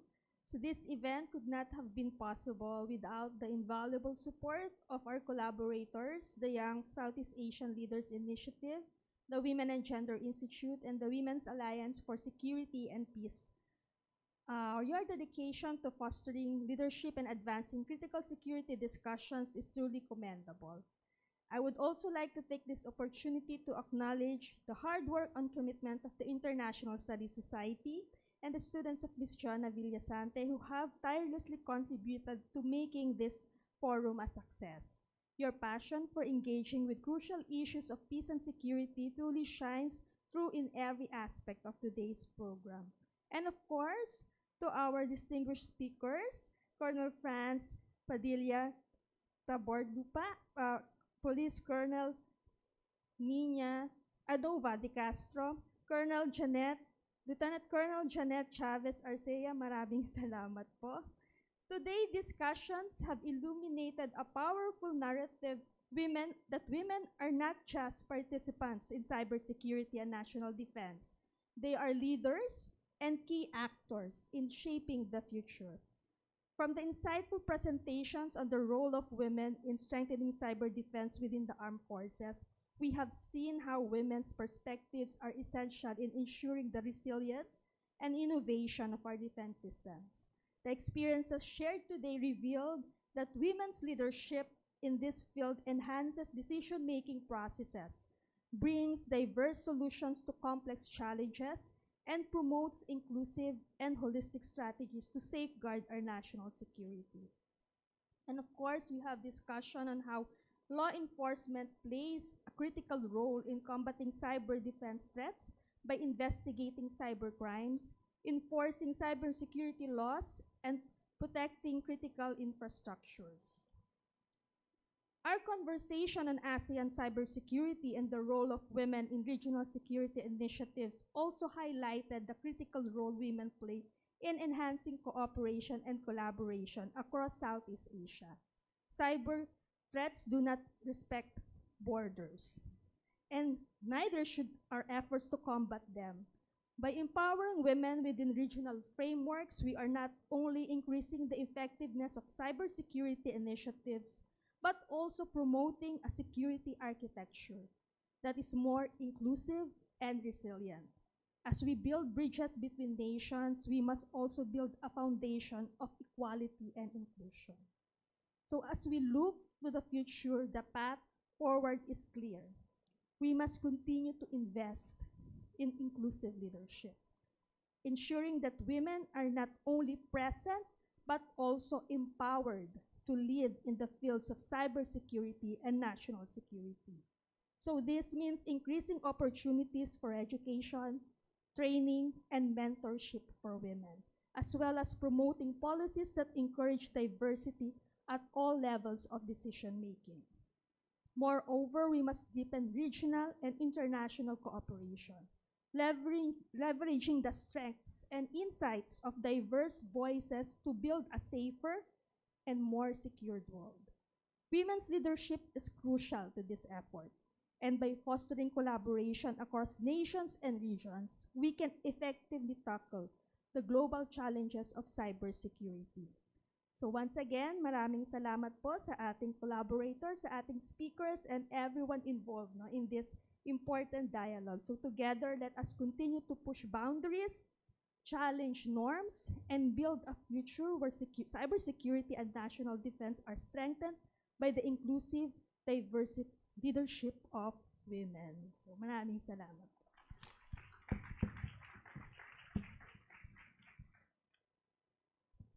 Thank you, Dr. Mel, for those inspiring closing remarks. And that wraps up the Securing the Nation Women's Leadership in National Security in Cybersecurity Forum. We warmly thank you, our speakers and participants, for engaging in such fruitful discussion. Before we go our separate ways, may we request our participants to take a minute to answer our post-evaluation form. So please scan the QR code on the screen. Again, thank you for joining us and happy Cybersecurity Awareness Month. Please enjoy the refreshments outside, sponsored by the U.S. State's Department's YSEALI program. Thank you.